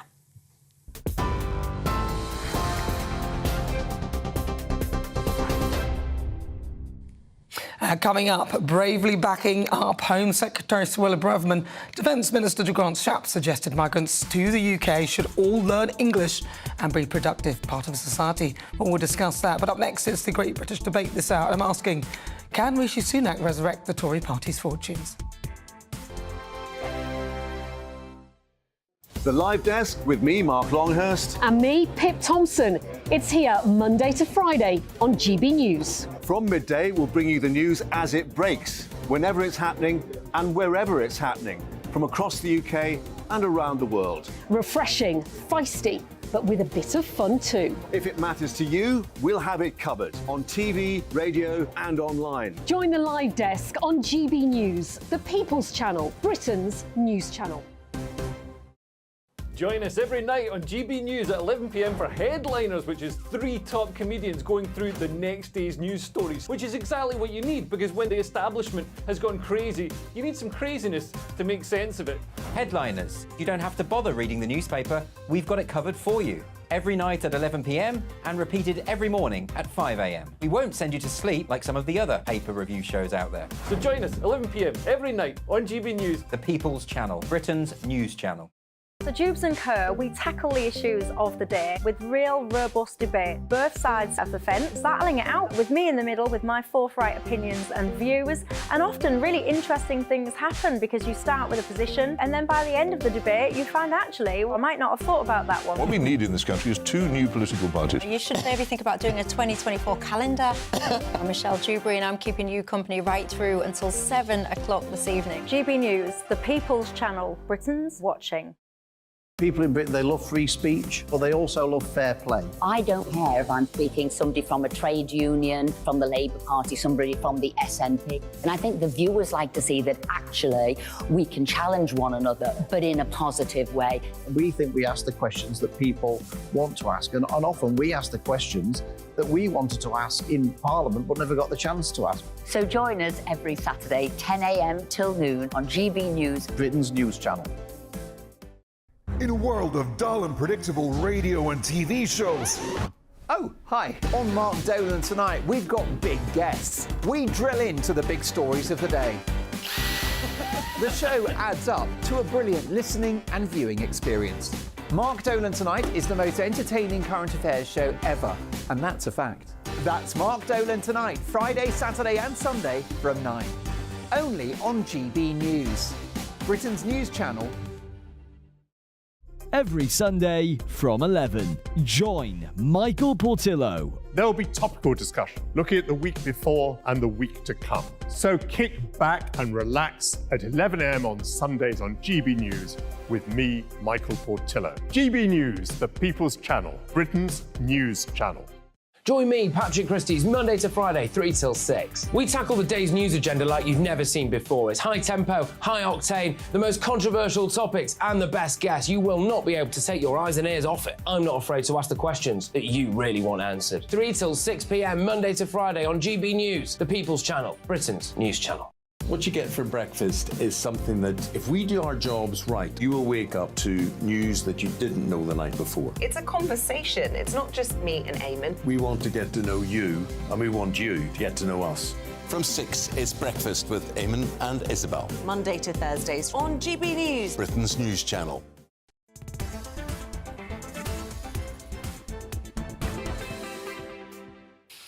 Good afternoon. It's fast approaching 39 minutes after 5 o'clock. This is GB News. We are the People's Channel. I'm Nana Akua. Now it's time for a Great British Debate this hour, and I'm asking, can Rishi Sunak stop? These papers are very noisy. I'm so sorry. I do. So I'm just moving the papers around, really noisy. It's Christine Hamilton. We'll be introducing them in just a moment. But you can hear her in the background. But I'm asking you, can Rishi Sunak resurrect the Tory party's fortunes? Labour's lead over the Conservatives has been slashed to just 10 points. That's according to the new opinion poll for the Observer. And it shows a 2-point drop for Labour, putting them on 39% and a 3-point rise for the Conservatives, taking them to 29%. And this follows Rishi Sunak's watering down of net zero targets, along with the promise to end anti-car measures. So, for the Great British Debate this hour, I'm asking, can Rishi Sunak resurrect the Tory party's fortunes? Let's see what my panel make of that. I'm joined by broadcaster and author Christine Hamilton, and also broadcaster and journalist Danny Kelly. Very noisy, Christine. Isn't Yes, it? I know. I'm so sorry. Do you think you are? Very noisy. Sorry. Whose show is this? Well, exactly. come sort on, her it's out. Nana's. We all know that. They all know that too. Christine, let's Yes. start with you. Do you think he can? I mean, he's a mathematician. He's doing well. You heard what Johnny said. I mean, look how well he's already done. I mean, he's brought the Labour lead down by 10% in a week. The trouble is that ever since we've had Blair and Brown, the Tories, frankly, they've just continued with the Blair-Brown legacy. They haven't done anything about it. We had Cameron, then we had May. I have to think who they came. Then we had Boris, who really was just a social democrat, not a Tory. We had Liz Truss, but she was annihilated before she'd had a chance to get off the starting blocks. And he is beginning to do it. I mean, net zero is one of the big things. If he stops HS2, which was, of course, was the Blair-Brown policy, if he stops HS2 spending any more money and net zero, you know, he is doing it already, so I think he can. I think his big problem, or one thing he's got to be careful about, a whole load of Tory MPs have just signed a pledge that they will not vote for tax increases. Tax increases would be an absolute killer. But they can't go any higher. I mean, this is the highest they've been for a long time. He's got to start cutting them. He's got to start cutting. You know, there's a wonderful quote. May I read a quote? Please That's do. why I was shuffling, because I want to find this quote. It's from Winston Churchill, and I think it's brilliant. Sorry to quote Churchill, but he says, "For a nation to try to tax itself into prosperity is like a man standing in a bucket of water and trying to lift himself up by the handle." In other words, you cannot tax yourself into prosperity. This tax and spend doesn't work. And if Rishi gets that message, yes, he can turn it round. Listen, the disparity between the points, the 10-point lead with Labour, that is going to shrink. I said this an hour ago, there's going to be a snap election. Rishi Sunak has his finger on the pulse of the average working man and woman. At last. The red wall, when Boris Johnson melted this ice wall, which was coloured red, anti-Tory wall, mostly in the north and north-east. Forget Liverpool, you know, that's... Why? Don't forget Liverpool. Listen, They'll be upset. the Tories are never going to break through Liverpool. Not a chance. I'm a Scouser. It's an indoctrination process when you're a kid to vote Labour, and I think that's a real pity. But that was the same with the Red Wall. That was the same with the Red Wall as well for some time. Well, don't forget the Tories actually won Tony Blair's constituency, which would be unheard of 15 years ago. So they've actually turned a corner in the north and the north-east. Forget Liverpool, as I said. So in the north and the north-east, they've turned a corner. So they can capitalise on this. If he sticks to two or three things, if he sticks to the anti-car rhetoric, so, you know, Labour are anti-car and pro-car. Pro-car. Well, yeah, but criticising the anti-car rhetoric, So we're pro-car, they're anti-car. We don't want to bankrupt you just to get to net zero when China are pumping out all of these noxious emissions, OK? We don't want to bankrupt the country. So there's that one, and also the dinghies, OK? The ECHR. I genuinely think, honestly, that red wall has been smashed through, and I think you'll be surprised at the election. There won't be an 82-seat majority, but I think the Tories are going to do it if they can just focus on those two or three things that matter to the working man and woman. Well, absolutely. They've got to start being Tories. The trouble is we've got Tory MPs who are in office, but we've got Labour ideas that are in power, and that has pertained really throughout since 2010, and they've got to turn that round. Can I disagree with you? I don't think people in the North East care about Tories being Tories. I think people in the North East want to stop the dinghies. I think they don't want to be... That's the Tory policy. Correct, but you're talking about what it is to be a Conservative, and being a Conservative, small government, low taxes, things like that. I don't think the average red wall Tory seater cares about the distilling down of conservatism. They want to stop the dinghies. They don't want to be punished for driving a car, and they don't want to be bankrupted for the 2050 net zero. But they want an increased standard of living. They want to feel better off in their pockets, and that is what Tory policy should be delivering. But Labour will tell you that they can deliver that as well. They can't. Focus on three things: the dinghies, net zero, and anti-car. Do you not think, though, that there's an element... Yeah, pro-car, forgive me. But do you not think there's an element of actually Keir Starmer losing it? Because actually, some of the things that he's been saying, like the thing about private schools, which I think is a very dangerous thing for him to do, because the people who would support him are in the middle. The majority of people who send their children to private schools aren't really, really wealthy. They are the middle class, and that is his new voting base that he's chosen, because he's gone for the Islington sort of North London sect, and those are the people that will be sending their kids there. They won't like that, and he's lost the kind of working class vote because he's carrying on with this obsession of net zero. He's planning on not. He's planning going back to 2030. So he's lost what would have been the base of the Labour Party, and now he's sort of scrubbing around at people on the for the things on the edges, but he's not really coming out with any decent coherent policies. Absolutely. The other thing that Sunak did terribly wrong was gender identification, when he couldn't say whether a woman... You mean Starmer? Sorry, who did I You say? said Sunak. Sunak, I'm so sorry. I meant Starmer when he couldn't say whether a woman did or didn't have a penis. That was the first thing that Sunak actually... Yeah. No, I was about to say grabbed by the whatnot. No, but he did. Got right, yes. He torpedoed Nicola Sturgeon. Rishi Sunak. Which was one of his great... That would have put his stock Sunak up. has got the balls to tell the truth. Oh, you said I wasn't daring when to it say comes it. to... Well, it wouldn't have worked at the end of your sentence. But he wasn't saying what you were saying, No, so it works. he's got the balls to say it how it is, and that's important. I'm going to go to the average working man and woman in the North East and in the Midlands. I've driven down 96 miles. I'm a Scouser by birth, but I've driven down from the Midlands. Everyone, all of my pals, they're Conservatives because they, even though they may dislike Boris Johnson, there are things about Brexit they don't like. I think the Conservative Party is the party of the working class nowadays. Do you think there's an element of what he's doing as well, that people look at him and he's very, very rich, and people think, well, he's obviously got an idea of how to make money, so people feel more confident in him that he can actually make money? Because for me, I look at it and I think, well, he's a man of money, he's a banking man, he seems to have managed to stabilise things, even though I don't particularly like the direction he's going. But it's working, right? It is working. This high tax thing is working. Things are stabilised. There's more trust in the economy, and that's what we needed, which Liz Truss decimated in terms of, trust. I think he's got to be very careful because he is mega wealthy. It's very easy for people to think he hasn't got a clue about the sort of things that exercise normal people. He is not in a normal economic situation by far, and he comes across slightly, in his Prada or whatever they are, suits. No, those are the shoes, the Gucci suits and the Prada shoes. He comes across a little bit like a sort of snake oil salesman. Well, he does, and he's got to prove himself. Sir Keir Starmer has no connection with the working man or woman. He's a knight of the realm. He may not have the wealth of Sunak, but he's still minted. If Andy Burnham was the leader of the Labour Party, who's a working-class Scouser, who's the mayor of Greater Manchester, then you have that working-class connection. They would have a They're both as disconnected to the working class as each other. They've missed a plot there. I don't know whether he wants to do that, though, Andy Burnham. Every time he mentions it, it doesn't seem like something he wants to do. But this show is nothing without you and your views. Let's welcome our great British voices, their opportunity to be on the show and tell us what they think about the topics we're discussing. I've got three of you today. I'm going to start with Brian Dugan. He's there in Solihull. Brian Dugan, what do you think? Can Rishi resurrect the fortunes of the Tory party? Well, yeah, I mean, he can, I guess, of course. And as you pointed out, the lead has narrowed recently. That can swing the other way again too. But Danny says that Rishi has the balls to tell the average person how it is. I just listened to the Prime Minister be interviewed this morning, and he couldn't give a straight answer to a straight question. And this morning it was no different to most times I hear from him. I mean, when it's put to you, when you're the Prime Minister and you say you can't respond to speculation, when actually you're the man that will make the decision. I mean, listen. I don't care beyond that point.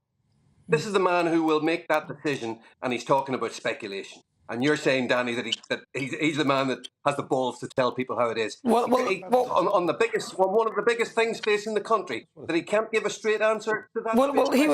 Listen, ridiculous. He's not the only one that can't give a straight answer, but he can give a straight answer to the question of what a woman is, and that's what we're talking about. Let's go to Miranda Richardson, not the Miranda Richardson, but Miranda Richardson in Northamptonshire. Miranda Richardson. Afternoon, Nana. I kind of wanted to say back to Brian, they're all politicians. None of them ever give a straight answer about anything. We know that for a fact many a time. I think he has got a chance to bring it back round, and I agree with Danny. He needs to focus on the three things that actually the conversations I hear in my pub from the working class, from the average Brit, from the average person who is here, and it's affecting their lives day to day. If he can get that right, then he will bring it back round. I think that's the thing. I think they've got to remember not to lose touch with the actual country. That's the important bit. Well, they all seem to have done that. Seshni Moodlia in Milton Keynes. Seshni. Good afternoon, Nana. Yes, I agree with what Neil Parish has said. He said that Rishi Sunak would be able to resurrect the Tory party. And again, also with your panel with Christine and with Danny, I think the important thing is that Rishi is appealing to the general public, and I think that is going to help him and his Tory party. And also, if he focuses on the top 5 priorities, which he has said and promised that he would do, I think, and today we heard about his tackle on inflation, and I think that again is appealing to the general public. So I think he has definitely a good chance. Right, thank you very much. Those are my great British voices. We've got Miranda in Northamptonshire, Brian in Solihull, and Session in Milton Keynes. Thank you so much. Right, so let's move on to a story that caught my eye today. Grant Shapps, he's back to Suella Braverman's multiculturalism comments, saying that migrants must learn our language to integrate. Now, the Defence Secretary also stressed that those who come here must be a productive part of society.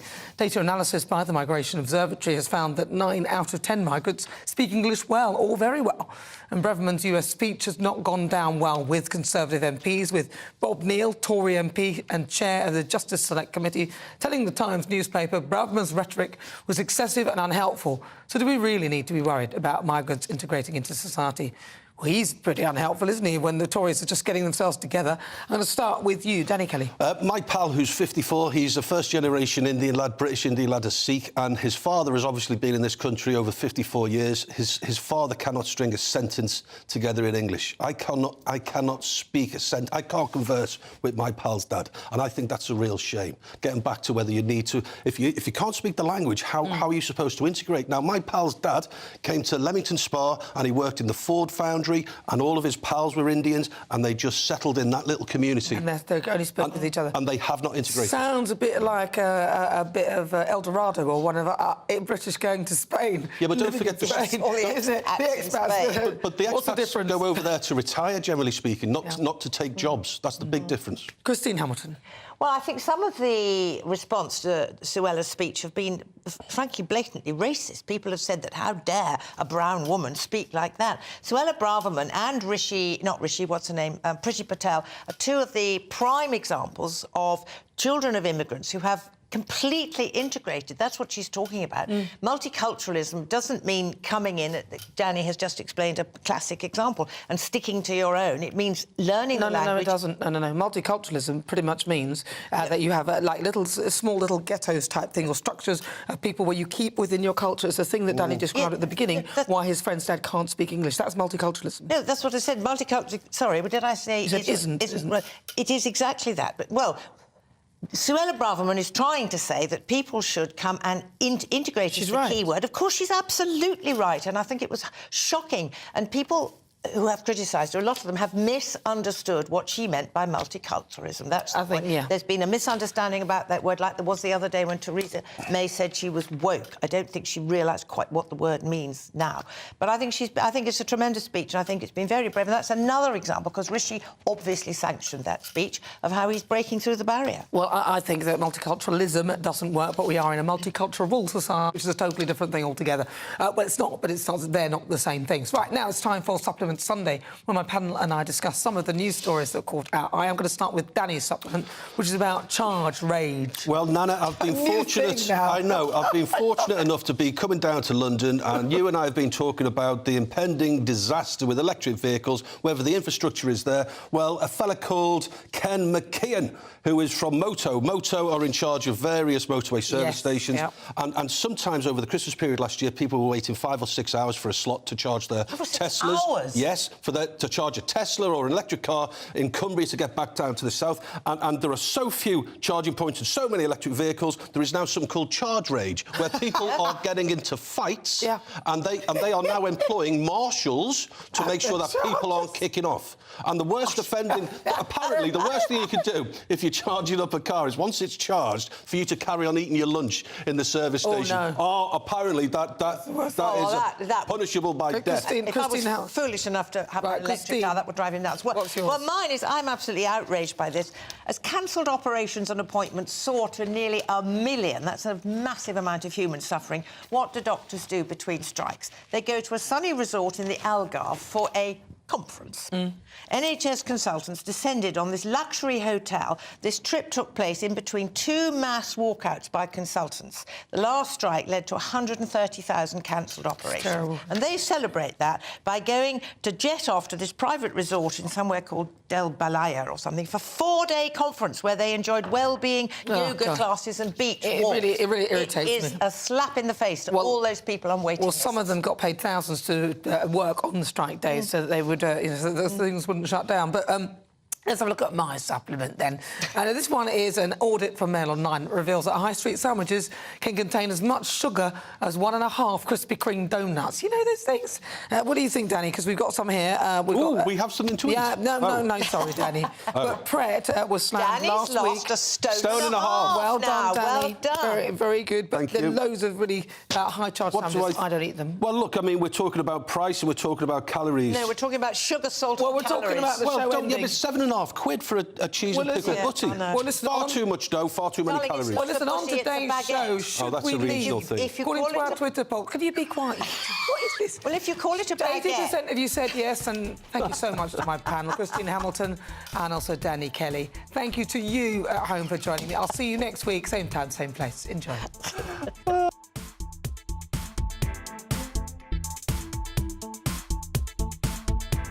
Hello there, I'm Greg Dewhurst and welcome to your latest weather for GB News. We're looking at a mixed picture over the next few days. We will see some rain, some showers as well, but there'll be some warm spells of sunshine and turning drier as high pressure moves in by the middle of the week.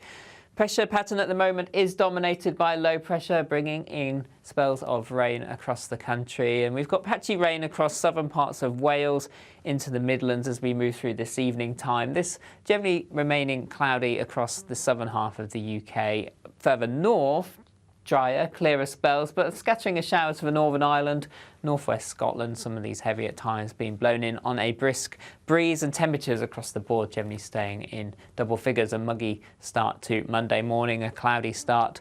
Southern counties of England and Wales. Patchy rain developing as we move through the morning and into the afternoon. Some of this rain could be heavy at times. Brighter skies for Northern Ireland, Northern England and Scotland, with a scattering of showers, again staying quite windy across the northwest of Scotland, and temperatures high teens to low 20s across the board. Into Tuesday, we continue to remain fairly unsettled. We'll see showers or longer spells of rain. We'll see some sunny spells, though, developing in between. Cloud across the southeast taking its time to clear, and temperatures generally again reaching the high teens into the low 20s for many. And then high pressure starts to build in towards the middle of the week, temperatures near average. What you get for breakfast is something that, if we do our jobs right, you will wake up to news that you didn't know the night before. It's a conversation. It's not just me and Eamon. We want to get to know you, and we want you to get to know us. From 6, it's Breakfast with Eamon and Isabel. Monday to Thursdays on GB News, Britain's news channel. Westminster is going around in ever-decreasing circles, followed by the media. Britain is broken. How on earth did we get into this mess? But more importantly, how do we get out of it? Join me at 7 p.m, Mondays to Thursdays on Farage, here on GB News. We will have open, rational debate. We've got to work out how Britain moves forward from this. Join us here on GB News, the People's Channel. Britain is watching. Join me, Andrew Pearce and Bev Turner, Monday to Thursday, 9:30am. Who benefits from that? Not the British public. And on Fridays, join us, Tom Harwood and Ellie Costello from Britain's Newsroom. That's what you get with this show, that's fantastic. If it's happening, we're talking about it on Britain's Newsroom. GB News, Britain's news channel. GB News, unlike other broadcasters, isn't obsessed with the London-Westminster bubble. We think there's a nation beyond the M25, and that's why we talk about the issues that matter across the land. Join me on State of the Nation, 8 to 9 o'clock, Monday to Thursday, on GB News. Daisy's listening, and you should too. People in Britain, they love free speech, but they also love fair play. I don't care if I'm speaking somebody from a trade union, from the Labour Party, somebody from the SNP. And I think the viewers like to see that actually we can challenge one another, but in a positive way. We think we ask the questions that people want to ask, and often we ask the questions that we wanted to ask in Parliament but never got the chance to ask. So join us every Saturday, 10 a.m. till noon on GB News, Britain's news channel. Nightmare commute. Kick it up a gear with me, Patrick Christie's, at drive time, 3 till 6 p.m, Monday to Friday on GB News Radio. You can listen online and on DAB+, on the smart speaker app, and on the GB News app. And if you've got an Alexa, all you have to say is, Alexa, play GB News. We're also on TuneIn and the Radio Player apps. From the school run to rush hour, get revved up with me, Patrick Christie's, on GB News and GB News Radio. the Jubes and Kerr, we tackle the issues of the day with real, robust debate. Both sides of the fence, battling it out with me in the middle with my forthright opinions and views. And often really interesting things happen because you start with a position and then by the end of the debate you find actually, well, I might not have thought about that one. What we need in this country is two new political parties. You should maybe think about doing a 2024 calendar. I'm Michelle Dewberry and I'm keeping you company right through until 7 o'clock this evening. GB News, the People's Channel, Britain's watching. The Live Desk with me, Mark Longhurst. And me, Pip Thompson. It's here Monday to Friday on GB News. From midday, we'll bring you the news as it breaks, whenever it's happening and wherever it's happening, from across the UK and around the world. Refreshing, feisty, but with a bit of fun too. If it matters to you, we'll have it covered on TV, radio and online. Join the Live Desk on GB News, the People's Channel, Britain's news channel.